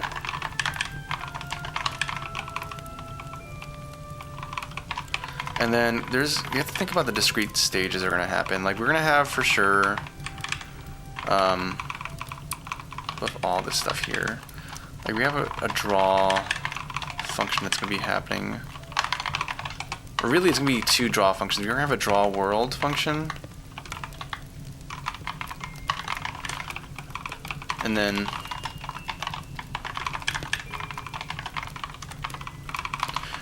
I'm probably going to prefix this with like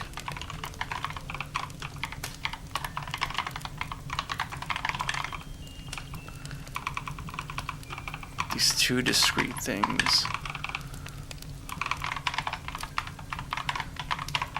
Because that's exactly what's happening here for the most part.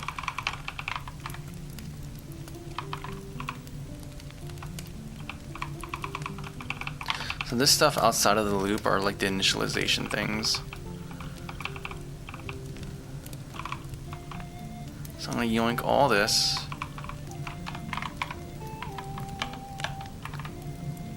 Yeah. This is going to happen in init. There's some stuff we can remove though, like... Oh, we do need to set this.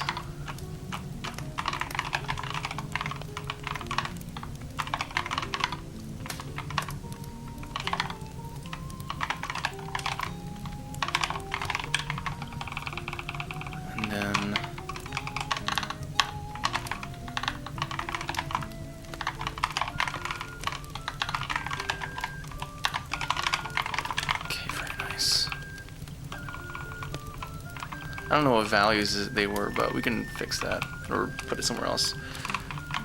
Unassigned X, I don't know what this is.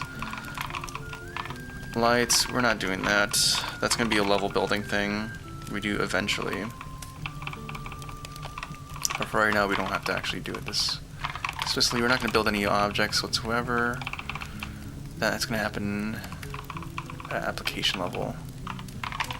So these are like the strictly most necessary things that are required.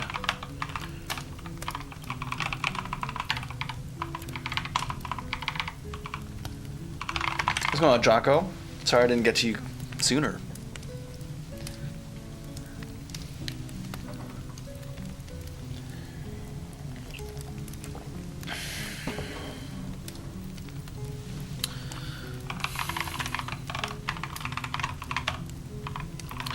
So, what else is going on here? Struct time val. You're good? Good to hear, man. Hopefully you're doing well though, dude. Set display.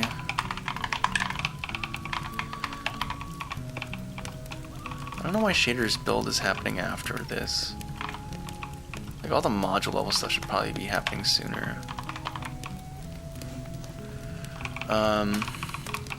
Yeah, we build textures here. Yeah, where is shader's build being called?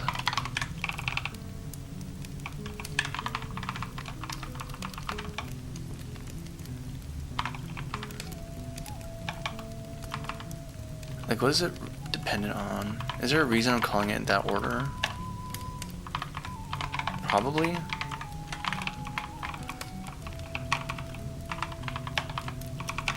Let me try building it there instead. Let's go to main. So we can get rid of a lot of this stuff here now. Instead,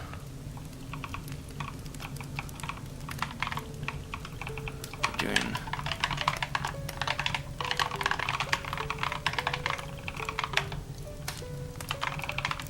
Oh, I didn't do the prefix, did I? Yeah.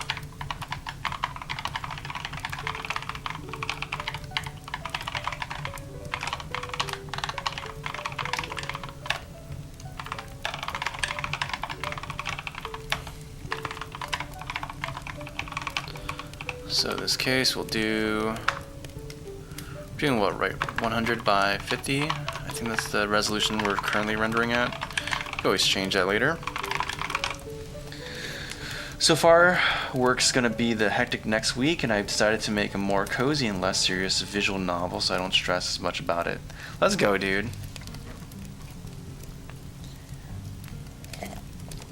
Yeah, sometimes you just gotta focus on iteration, man, and just get something out there.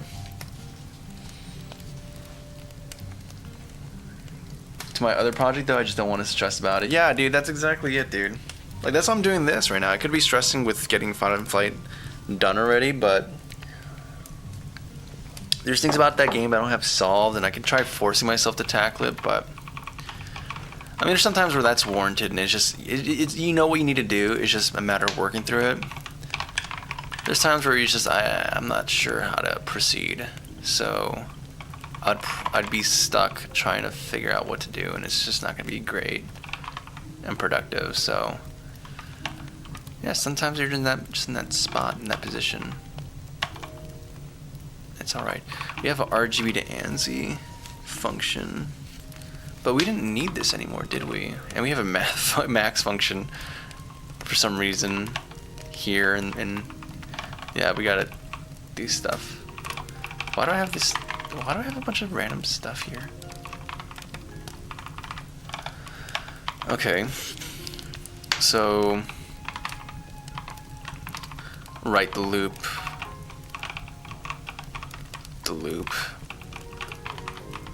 When you start designing like how we're gonna have structure logic for entities.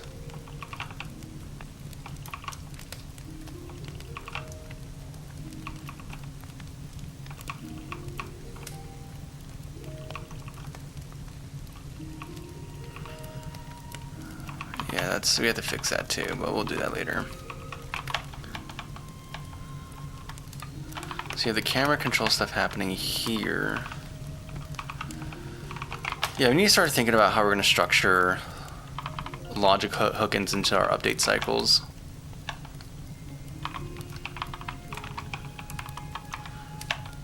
Because it's all fun and dandy, but at a certain point, like, we gotta actually do the thing, right?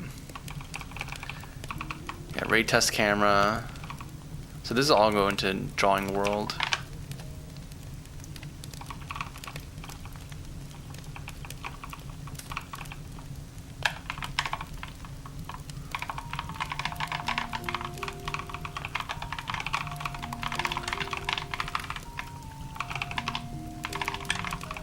Cool. So we call ray test camera, we iterate through stuff.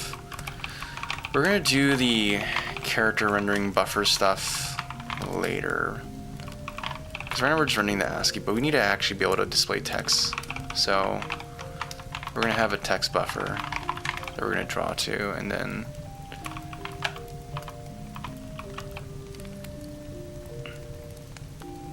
maybe things in the world don't do that, and only UI elements actually display the text that way. Doesn't mean I won't get back to my other project. Yeah, I got that.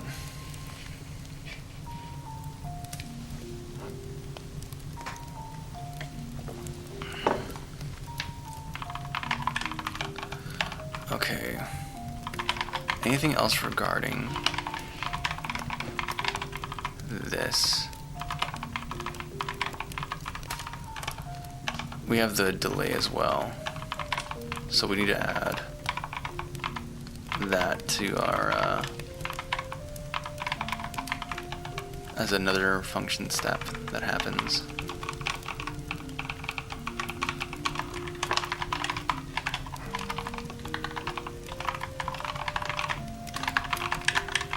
We should also probably take like a target FPS so we can configure that as well for how aggressively we wait, or how much we don't wait.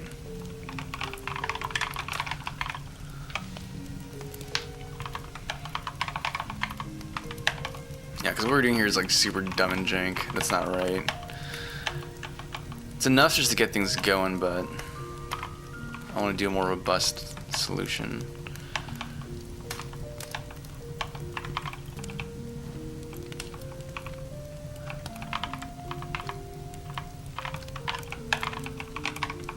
Right, and the very top of the screen we want to, or top of the loop we want to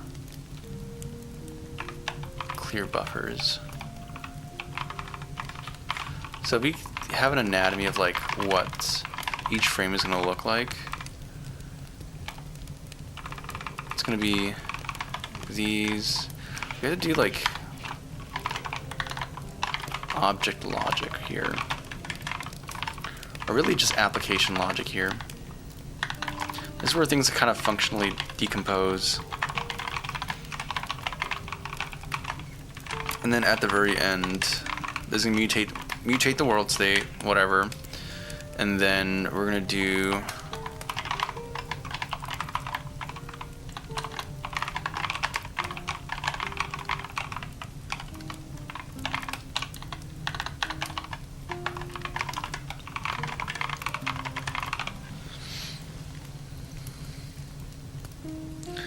it's called Lizard on the Window, and it's literally going to be just you as a lizard seeing and hearing things as you go from house to house. That's a cool idea though, man. That's a cool idea, dude. Gives you a different lens to, like literally lens to view things, but like a different animal you're looking through. But yeah, there's other games that have done that kind of thing, I think. Like Stray is one. I haven't played it, but it seems like that's what they're doing, and I don't know. There's something cool about seeing the world from a smaller scale, or a different scale, or from the outside. Right, and then we do frame weight. Did I name it that?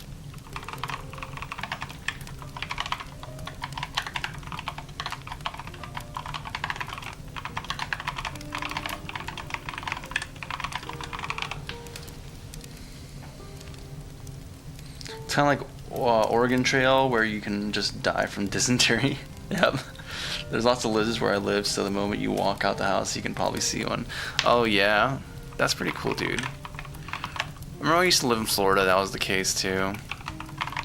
The backyard was kind of like a jungle, dude. Dysentery. Yeah, that's the way I say it though. Dysentery. Dysentery. I don't know. Okay, so we also have to wrap up this engine. We have to close too. That's another thing we have to do.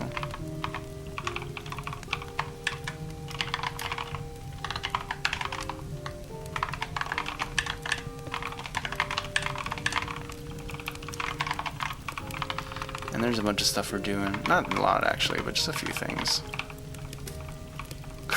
Closed for real.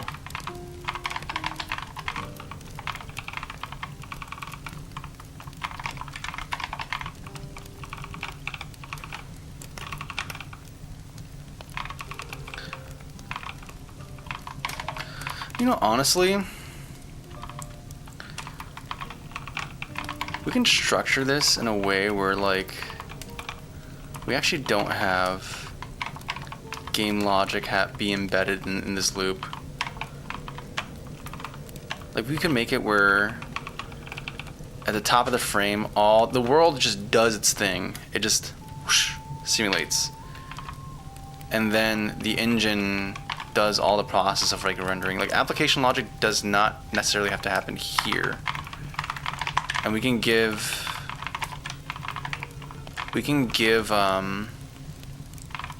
something on the outside more control over that. That might be more flexible. The thing I need to make sure is time syncing.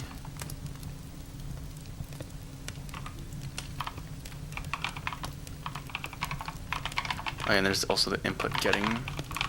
Oh, I mean, we can just do that though. Actually, no, input, where do we get input? That's on a separate thread. We don't have to worry about that. We just have to worry about clearing input at the end of the frame, which we can do. And I think we do, yeah, input clear at the very end of frame, so it's not even a big deal.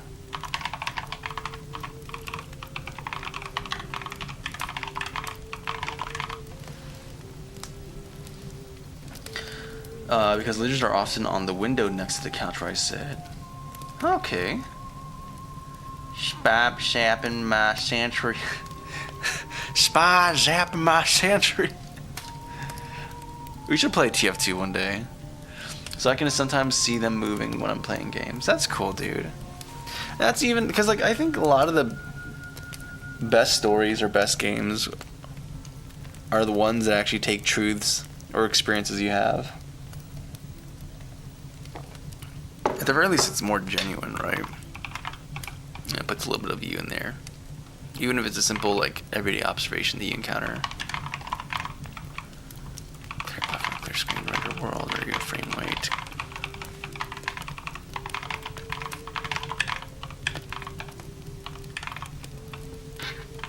Actually, that's going to happen right after the wait.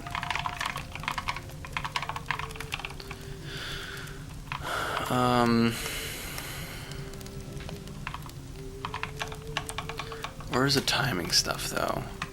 Because I know there's some timing stuff that happens. Or is it happening all at the end of the frame? That's actually better if it happens at the end of the frame.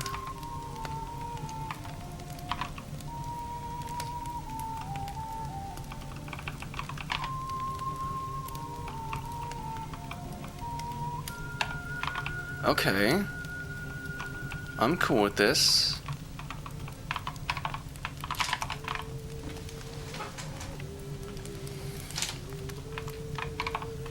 I'm actually jamming with this idea.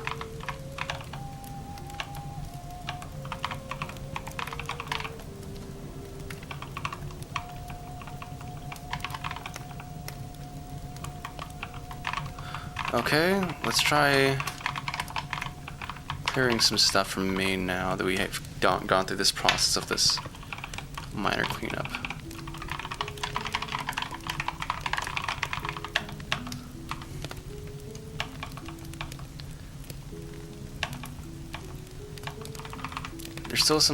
There's very much still some like application logic stuff, but like we're hiding more of this.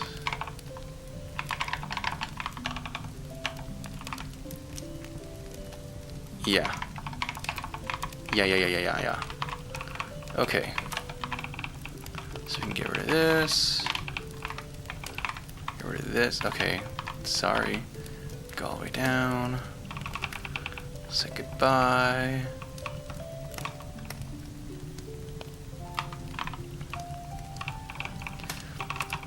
I don't know what's going on here with get into time of day. T1.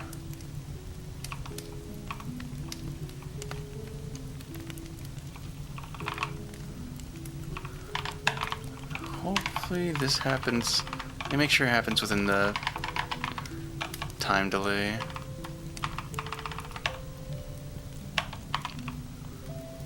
If not, we can add it easy.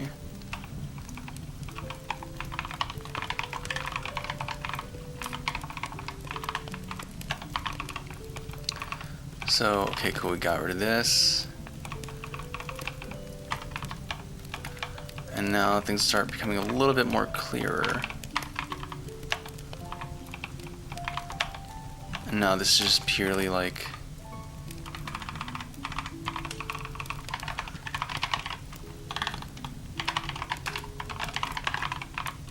not rune, run. And then this goes away because we just do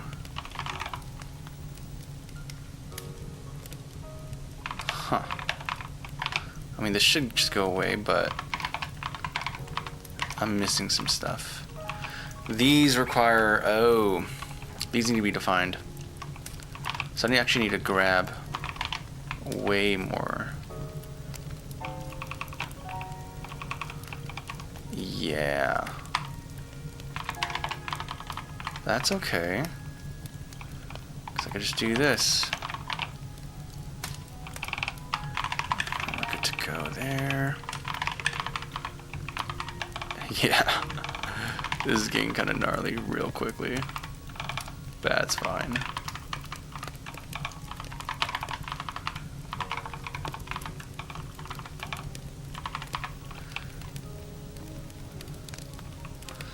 So now everything we see here is predominantly just the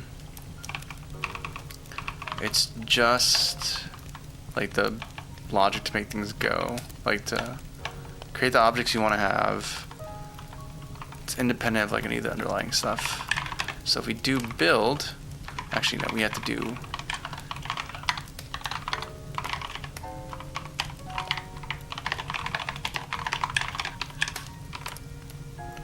nope.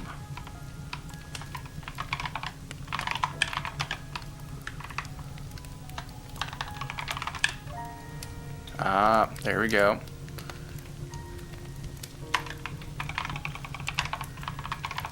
Where is that happening at?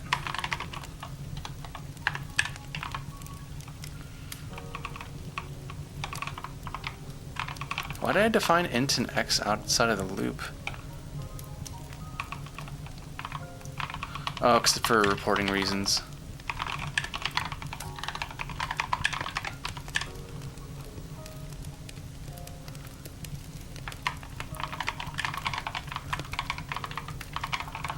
Okay, we have some stuff that we declared over here that needs to be included, I believe.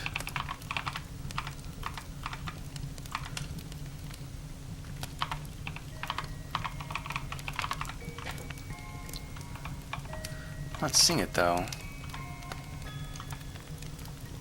Did we not include?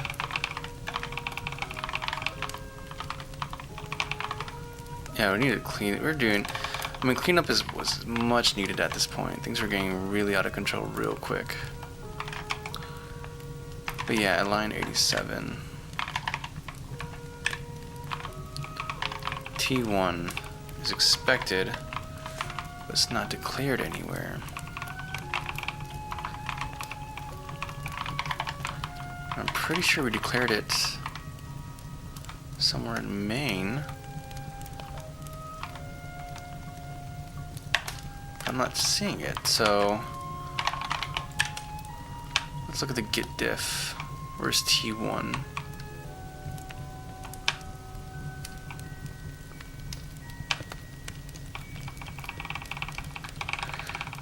What's going on, Baya? Hello, I'm you. Hey, glad to have you here, though. Welcome to the stream. Hope you enjoy it. I'm just a dude doing some coding projects and trying to make some games. For the fun of it.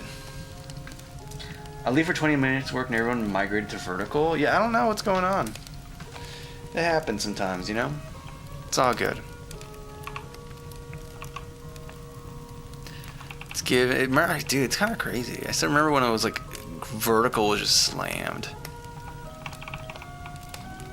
Now it's like there's tight competition. Vertical and horizontal are pretty close to each other. Where's the diff for... Okay, this is the diff for all the stuff we deleted.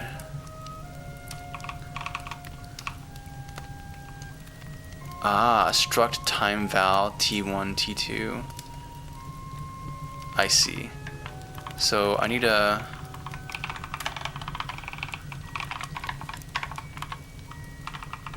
I'm not sure where it's being used. Is this... I guess it's like a statically allocated thing. I forgot what they're doing. I'm gonna look at them later. For right now, what's a time val? It's so weird. It's a struct called time val, but the way it's formatted just trips me up. But yeah, that should be it. And then 135. Wrong file.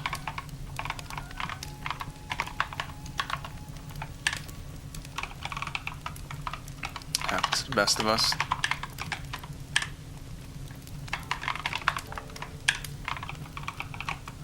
That's weird. L value required is left operand of assignment. What are you talking about? It's the same exact code we did before.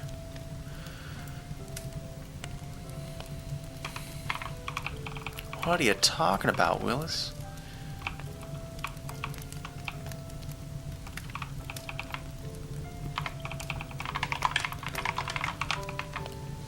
Come on.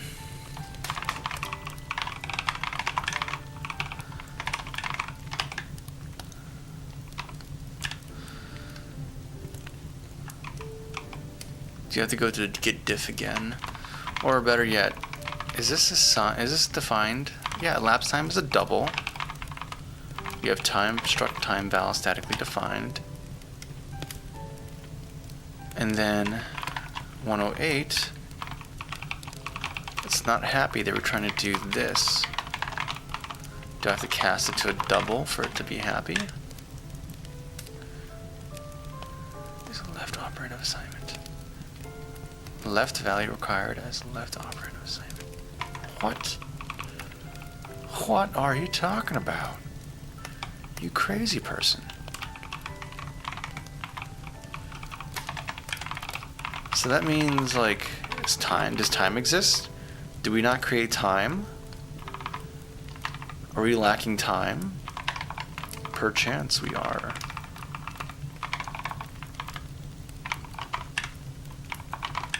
Not seeing it here.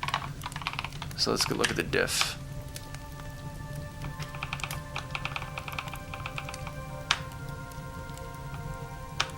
There we go, the main. Yep, there's a float time. It's a per frame thing. Interesting.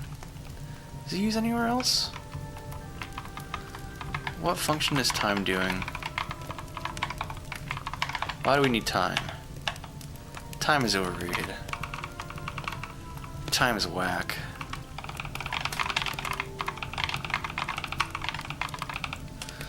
Float time, float time. Here we go. Time plus equals. So the cast is not the issue.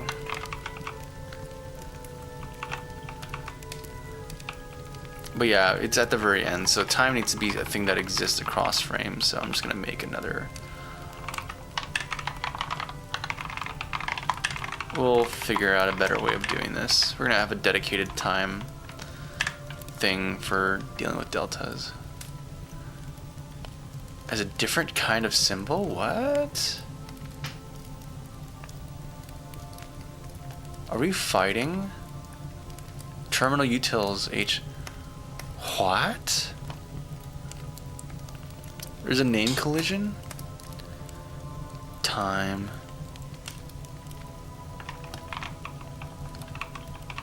Well, that's odd.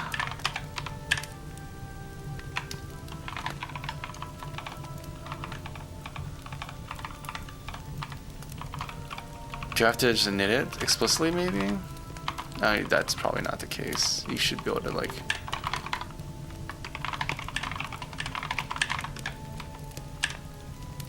Oh. Oh, there's a name collision. That's what's going on here. Because we have this local time defined. Yeah. So I can't rely on this, actually. Oh. Well, that's cool. Can't wait to find out how much of the code relies on this weird... I don't even know what it represents. What is time? Is it total time elapsed?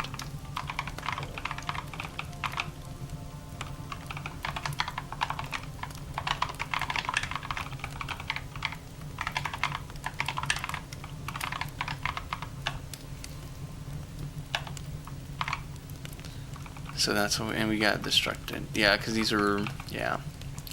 I'm understanding why things are the way they are and why they're wrong for being that way.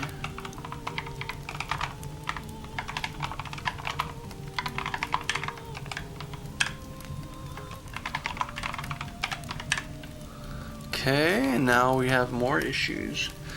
But I think it's due to things calling that old term. Undefined reference to engine render world. Oh, my bad, draw world. That's what we called it.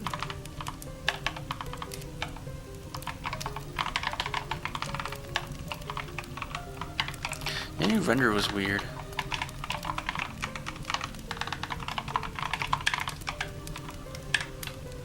Cool.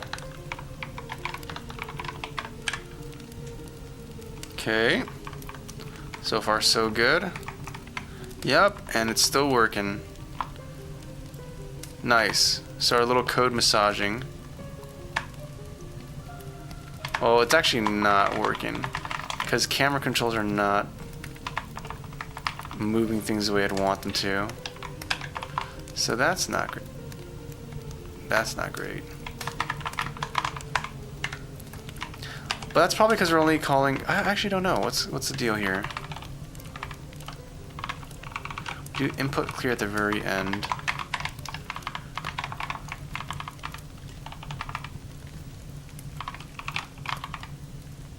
We do input get. All the stuff you'd expect. Breaks. We click E. So we'll do all this stuff, and then we do engine run. And then we go and look at the engine run code. It's a very simple loop. Though before we did input clear here. So maybe we should just keep it structured the same way we did it before.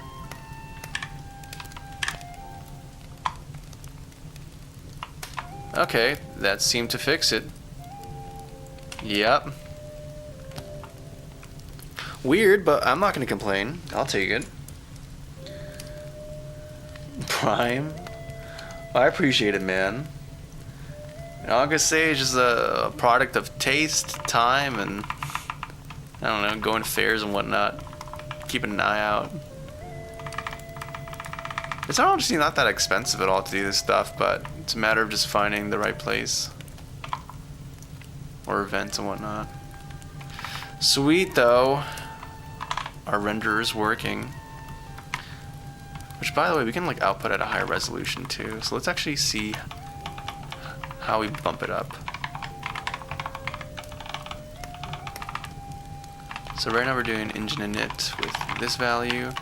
We can at least do like 200 and maybe like 100 or something. Maybe 80.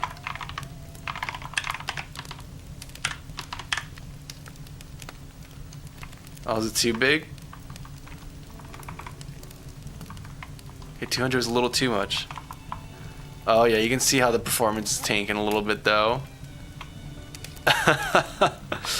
Yeah, we're gonna have to do something to make that faster. If you want to operate at that high of a resolution. Or actually, maybe our wait is just unnecessary and it's actually fine. I don't know, we have to make some debugging stuff to be able to actually diagnose where we're currently at, because we haven't done that at all. We just implemented everything. But that's okay. I can get there, dude. Looks cool. Thank you, man. Glad you dig it. Oh, dude, we need to figure out. Yeah. Okay, but the code cleanup is looking better. So I'm very happy about that. And honestly, we can just like start building out the application stuff here. And making it make more sense. So we can have like, there's things we need to do. We need to have like I want to have an easier way of creating light sources too, because the way we're doing it is kind of like not I guess it's not that bad actually. Light request point. Like we request a type and then we're good. We have the light reference, and then I guess over here is a little gnarly because we're doing manual indexing, but we can make functions into modifying this and making it a bit more easier. Dude. Beautiful though. Beautiful. This is getting better and better and better. Something I do need to think about is this whole UI idea that we talked about. Because I kind of just threw it there, because that's the way I kind of structured the order of operations. But I'm kind of realizing that we would have to interject something here. Like, I would want to have... Because the drawing the UI, I just want to be able to draw directly into the buffer, right? But to do that means we have to have logic that happens here after the draw world, which means I probably would want to take like some kind of function pointer and then run it.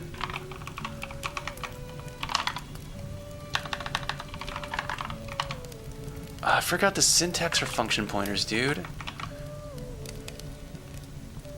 I forgot it. And I can't just Google it. Where do I do this? I have it in, I think in our shaders file we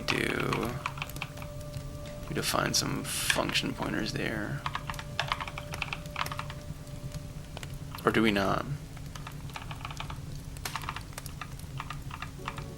I guess we don't.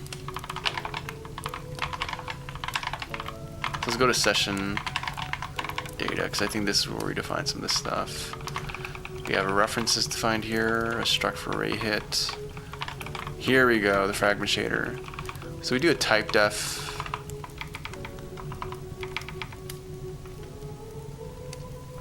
Okay, so type def, return type, parentheses, a pointer, and then the name of your type, and then the input parameters. I gotta say, that's like, it's super unintuitive for me in C. I always forget it. I always forget this. Well, let's see. Let's go to, you can close down this one.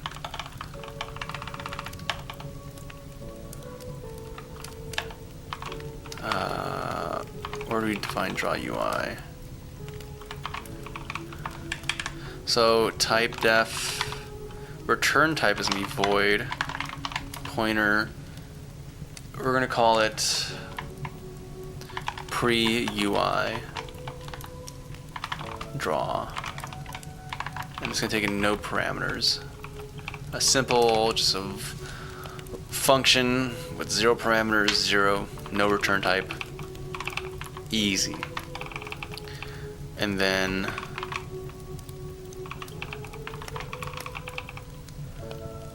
do you want to express this within? Yeah, I think we might as well just express it here, because I think it makes more sense.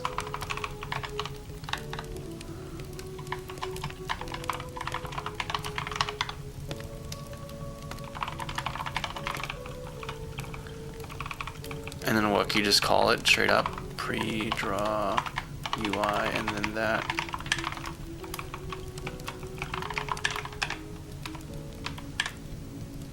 Oh. Bad times. Unknown pre-draw UI. Did I not name it correctly?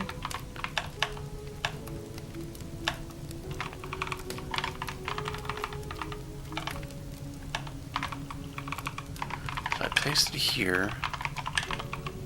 Oh, wrong place.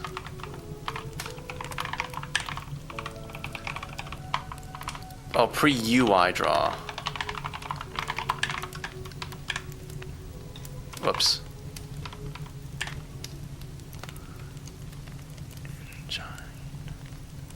Too few arguments, right. Can I pass it null and have it not break? Or does that fall into the purview of undefined behavior? Probably undefined, but you know. Nothing ventured, nothing gained, right? Segmentation fault. Oh, no. Oh, yeah, segmentation core dump. Yeah. Okay, never mind. So I guess we'll that is up for us to implement as part of application logic. That's fine.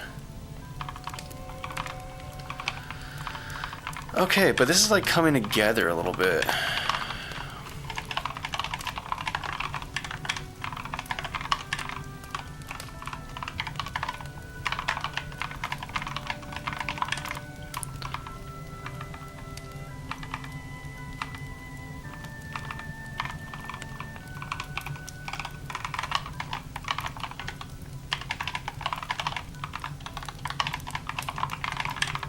Pretty sure that's what I called it.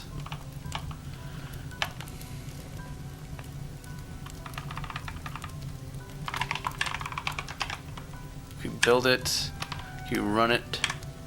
Segmentation fault? No. No segmentation faults. And then I can shrink this out until it actually fits on the screen. Nice.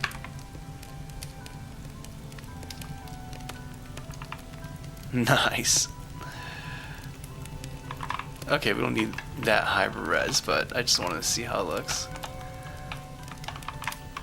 Dude, this is like coming together so good, man. This is coming together so good. I'm so happy. Okay. So we have that going on.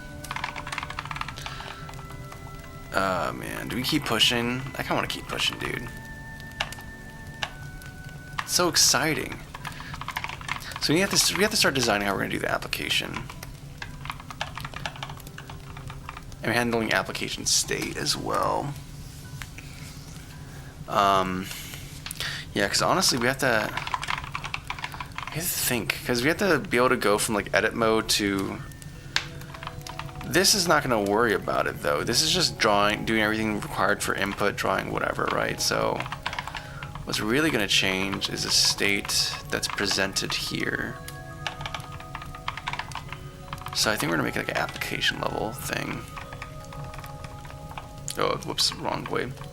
How you doing tonight? Cheers. Cheers, man. Thanks for asking. We're doing good today. I'm pretty happy. I mean, we done some. Last stream we got the transform matrix stuff going, and now we're doing some cleanup and making this feel more like an actual legitimate-ish. Something that feels a little bit more cleaner to work within. Because right now I've been kind of just sloppily throwing stuff together.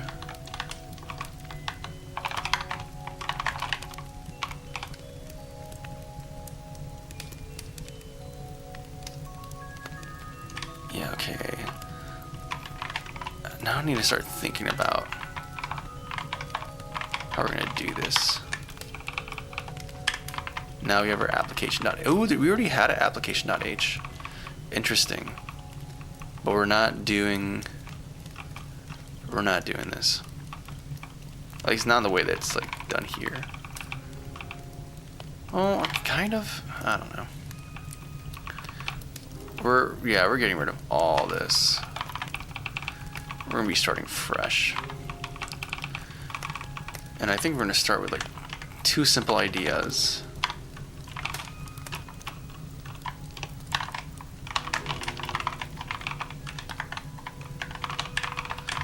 Application mode. One's gonna be editor. The other one's gonna be game. Maybe we'll expand more to it, but that's what we're doing. So, cool. We defined the basic tick and structure for the underlying engine. So now we have to start thinking about how we're gonna be switching between them. I think we're gonna have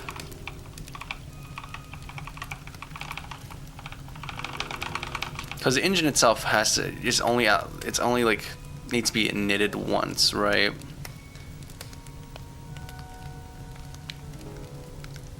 So all we have to do is clear it before we switch between modes, or provide whatever is required for that.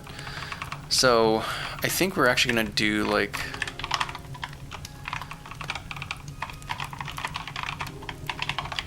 a run, but this is gonna report our the state of the application. And then depending on what this returns is going to indicate what we do next with the editor, whether it be like going from editor to playing the game, or from playing the game to editor. Maybe we even have like an error state or something, in which case like the application hard stops and handles that error and reports it in the correct channels, i.e. not at all and just hard sec faulting. But that's the idea, right? That's like the idea here. So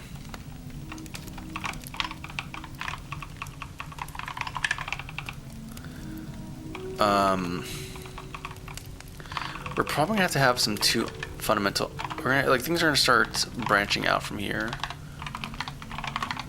We're gonna have like the game.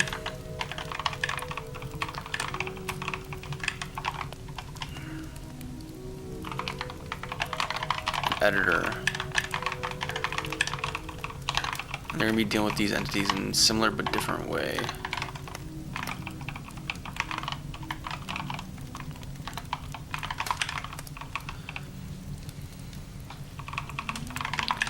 And I mean, we can't really do too much. I mean, we can set up the basic infrastructure, but the next thing we need to implement is like the level structure and our level file structure and how we're going to be handling loading and all that. This is going to be very contextual to the game, so I actually have to design a bit more of the game to better inform the design decisions I make around this. But there's some basic stuff I know I need to have in here, like I said, basic way of encoding our entity states and whatnot. We're populating it. Well, actually both. And there's ideas of like, okay, maybe because depending on how big the levels are, we can like cache them all in memory, so that like all the levels exist, and we can just hot load them and then modify them and then write the file. That's something we did in the other incarnation of this engine project. But I don't know. We're gonna see. Maybe we just pay the penalty of reading from the file and just deal with it. Actually, for a runtime, I don't think I want to do that. I guess it depends on how big level files are, but I think we can make them very small and make them very serialized directly. I don't know, like maybe we'll do a thing where while developing the game can take in like a raw just text file, but for release builds it will take the files and encode them into byte format, which is leaner, and then for like final usage of the game people are just we're using a very lean format of the levels. But yeah, who knows? We not, if the levels aren't actually that big, we may not even have to do that, but that might be a necessity. And we should have to pay the penalty of reading from file from disk, but that seems dumb. I think it's 2026. There's got to be ways around that, especially for like a tile-based game.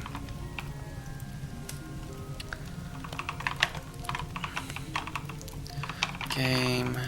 Editor, application.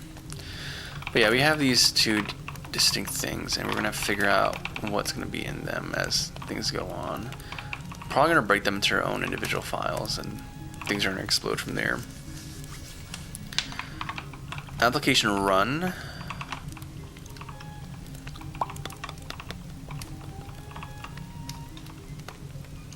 These are gonna have their own functions.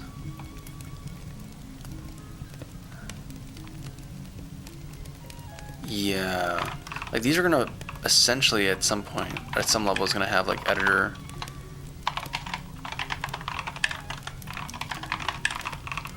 run, and then game is gonna have its own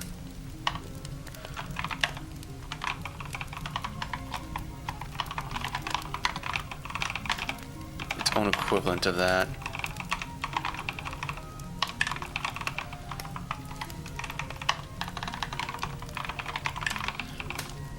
and they're going to report that. So that application is probably going to be a stack allocated thing. I don't know. Maybe it won't be. Maybe it might. Maybe this might be too large as a.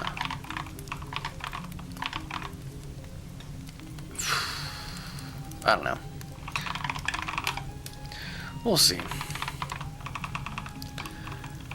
Application run. Yeah, but you have to have some way of indicating the current mode.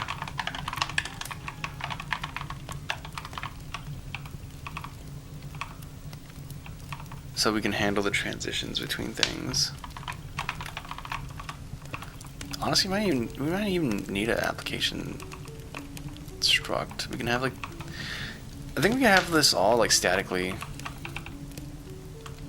think that's the aim, is having things be very static. Jocelyn the Great, glad to see you. Hopefully you're doing well. Hopefully your evening is going well.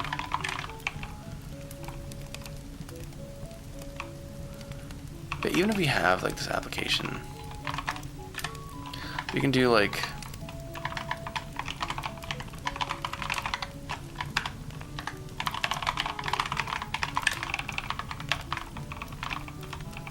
wrong place. Actually, you know what? We can just do this like here. And you can just do a switch statement against it.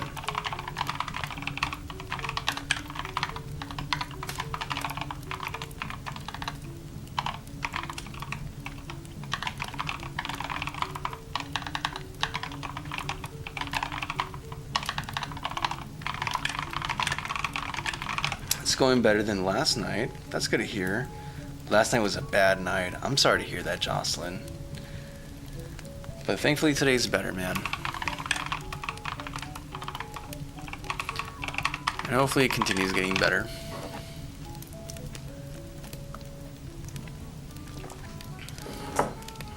Yep. I'm not gonna venture to ask, but at least we can chill out. You can hear a man fight for his life, trying to make a decent application, man. And hopefully the typing is relaxing. Someone did say recently, or today, well, Monty said it, I think, earlier, that it's all about the rhythm, not the sound of the keyboard itself. I'm not sure if that goes for everyone, but game run. Okay, we have these specific ones.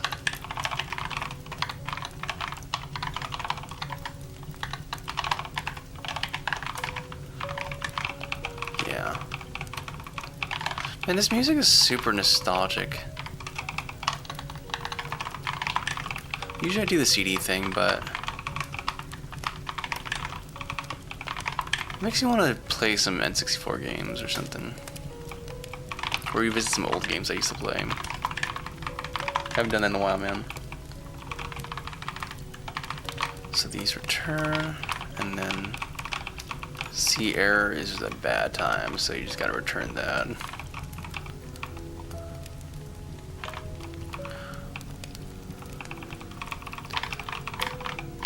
Game run. If current error is, if the current state is error, like we shouldn't be doing the tick here. Like, should not be.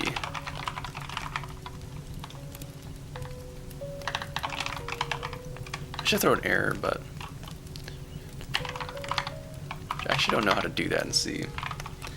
So I might have to, and I can't open up Firefox right now because our driver crashed. So right now it's kind of a miracle that we're still rendering and streaming with our GPU driver not working, or at least not working properly.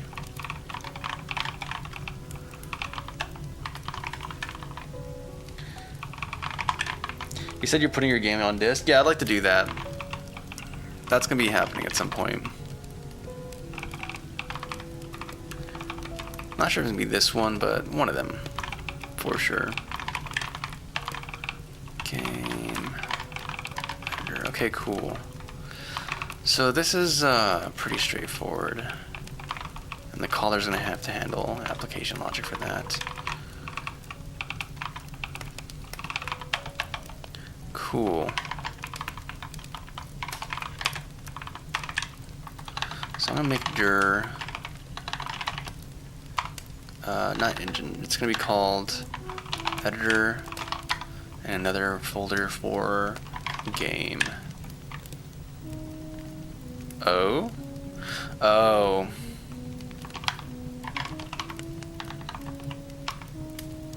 .app, I guess.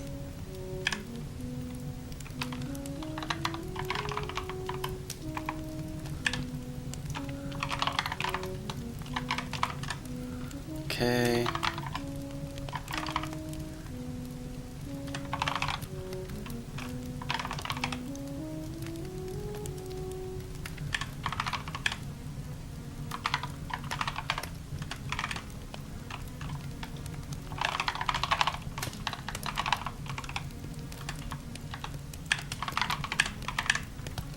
Okay, we're starting to have some structure emerge, which is good.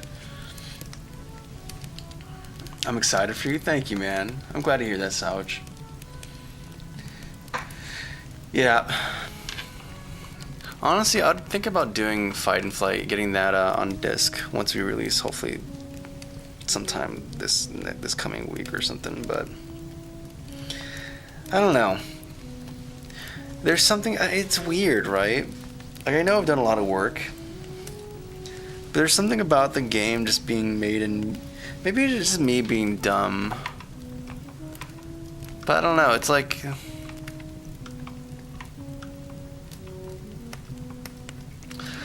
I don't know. It's bothering me more and more that the game I've worked on is tied to Unity, or just tied to some other entity. And yeah, I did a lot of work and I like it, but at the same time, it's like, I don't know. Like, by contrast with this, it feels so much more personal, because like it's mostly just my little construction. Of course, with the help of like some, I think we're only using like one library, but that's gonna grow. We're gonna use like mini audio and stuff, but I don't know.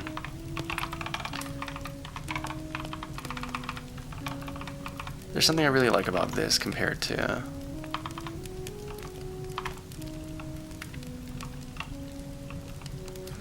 like, this feels like I'm living in a house that I'm paying off, like I have a mortgage on, right? Versus using other engines, even if it's like a open source one, it feels like I'm renting. Maybe it's just I'm not saying that's correct, right? I'm just saying that's how I feel.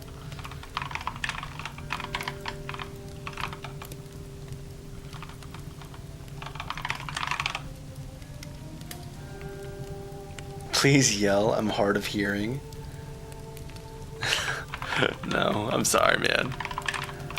I'm afraid I can't do that, but I could try talking a little bit more clearer, man. So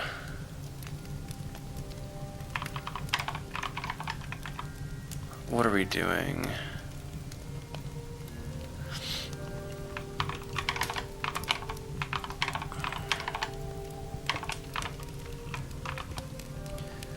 Right, we just created these. So let's go to that application.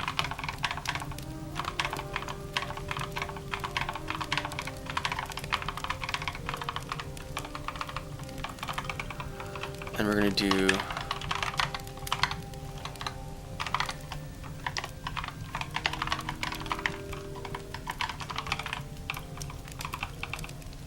and we can move this stuff over there.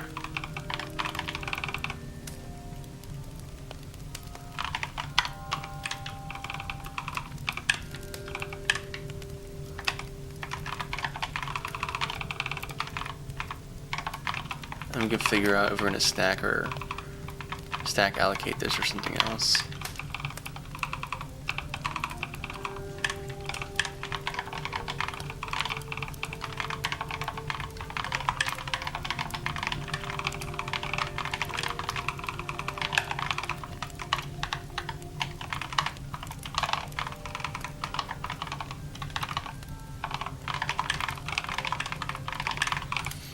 to feel that way about something you created. Yeah, and it's also like I don't know. I guess part of that, like, because like with the engine, there's a lot of it that's like a black box. Like even with the open source one, like, unless you take the time to learn the entirety of the engine or a good bulk of it, it's like you're just using this black box to create stuff, and that's nothing wrong. And you have to do a lot of work just to make a game in general, even with the engine, right? So, but with this, it's like there's no black box. I understand all of it. There's this like tight ownership and agency, because like if I need to make a change, I could just make the change.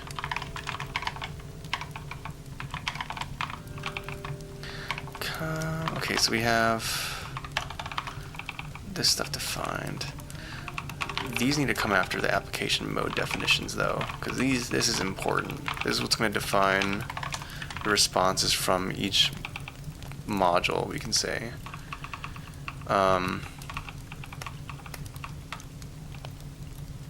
Yeah.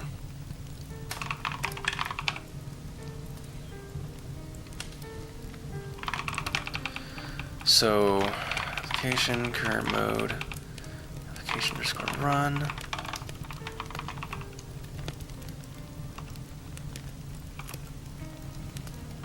I need to think about this. I don't think we're gonna have application really have much pertinent information. Like, I honestly don't want to have application struct. I think a lot of the stuff we have is already globally defined wherever it's like required.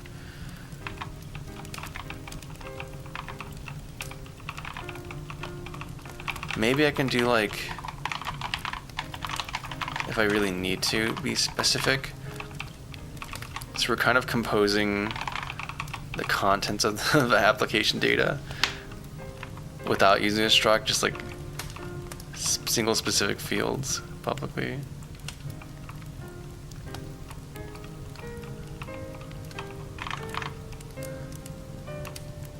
Yeah, I don't know.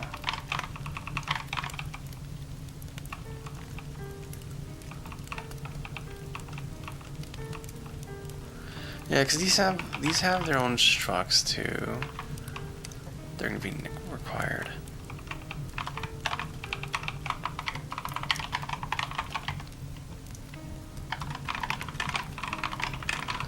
So let's see how we're gonna do this. Because I'm not quite sure how I want to structure the dependencies. Maybe we actually have to do some proper actual regular C stuff, dude. But it's all right. We cross this bridge when we cross them, right? Yeah. So we need to start thinking about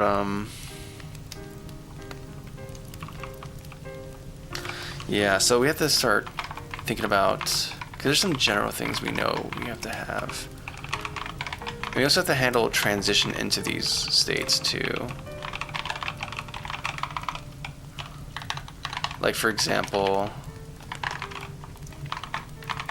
what level are we loading in from, right? That's kind of important. Because editor might be a little bit different. Editor, you might be just loading arbitrary levels, so you can directly go into the one you want. Maybe for play mode, we want to be able to do that too. Or maybe you can have like a branching pattern for like release builds too. Like debug versus release. So you're able to enter from whatever level you want to be at.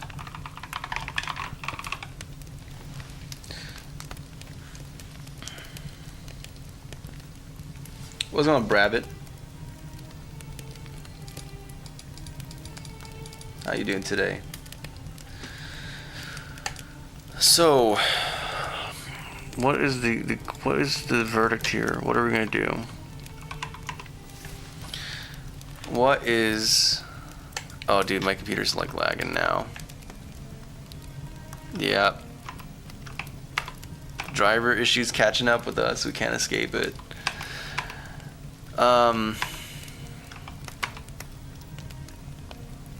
You know, honestly, I don't even want to prematurely start working on this, but something we do have to think about that we do know for sure is the fact that there is, like, we define basic underlying data for the engine, right? And we set up the stuff for rendering. But we do require a second container of information that's contextual to the type of game we're doing. So, like, if you have a player, what they're going to be doing, right, and the type of data that's required for them, or, like, in fact, we can start even thinking about this a little bit here. You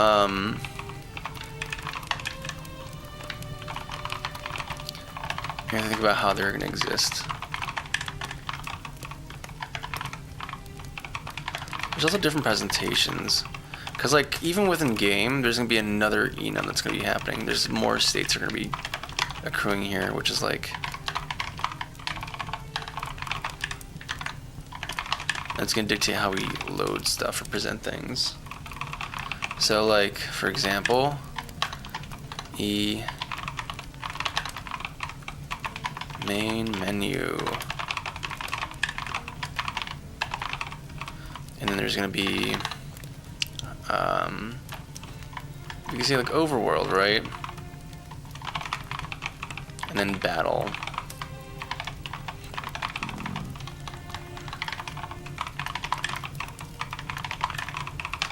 Main menu, overworld, battle. Cool. So we did these things. And there's gonna be further, like, breakdowns from there. Like, where in the overworld are we? Honestly, I'm thinking for the type of game we're gonna do, we're gonna try to keep it simple. So we're not gonna actually have multiple levels, but rather it's gonna be one continuous world that you can explore.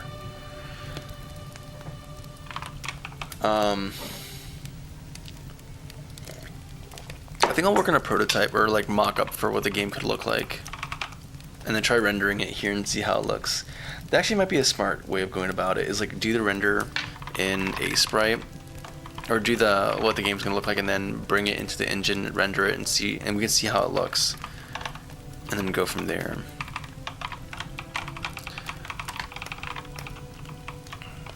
I guess there's also, like, pausing as well.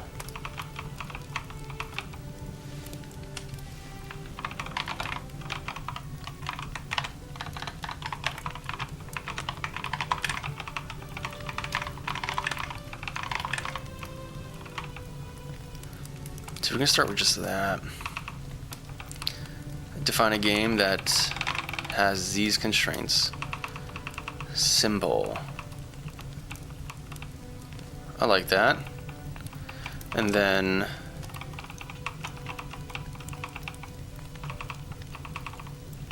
game state.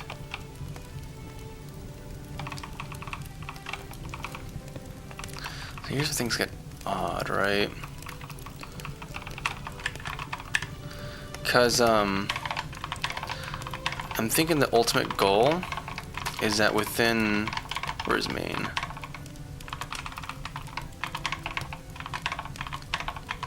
Yeah, main. We're still keeping,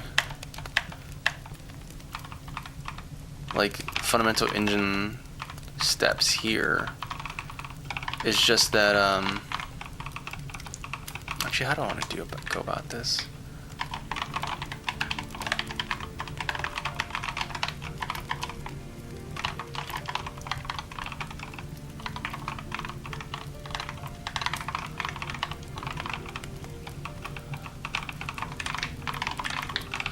Honestly, you don't even have to get, like, this global state for application.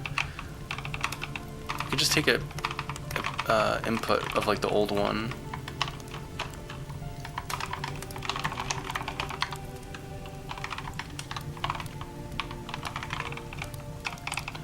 So you pass in the previous state, and then it outputs the old one.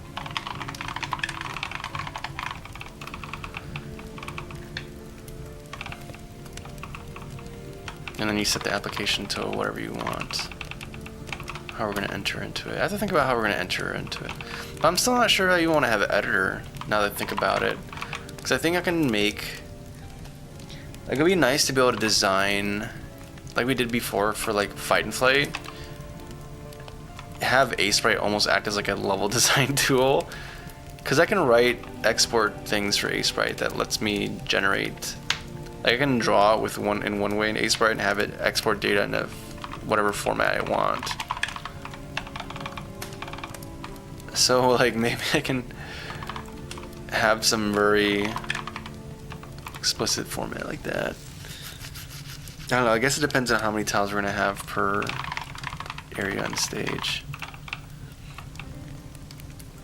I have to think about the type of game, because I'm thinking about having,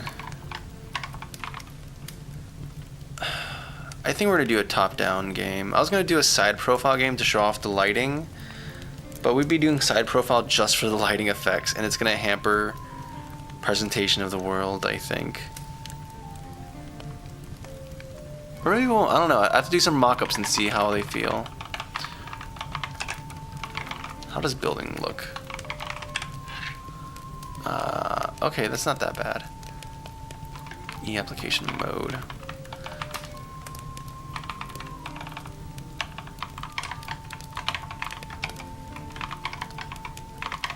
Where's main?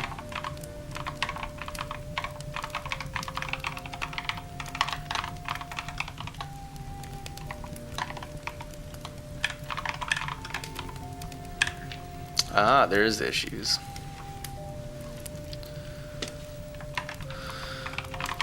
Yeah, it's all within application.h. Okay. But there's a vision that's starting to take shape here. You know what I might do? I might prepare a PowerPoint presentation or something with like the design of the game and kind of pitch it to you guys. Not like seeking funding or anything, but rather just be like, hey, this is the idea for the game, this is the vision, and just make it like declared and known. That might be fun actually. So you can kind of see what the end goal is and then see how we're charting to that place. Previous game run. So what's the error at? It's happening at 3.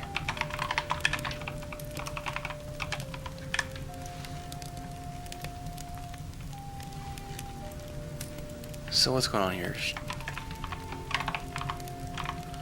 Why is type def struct game wrong? Oh, enum.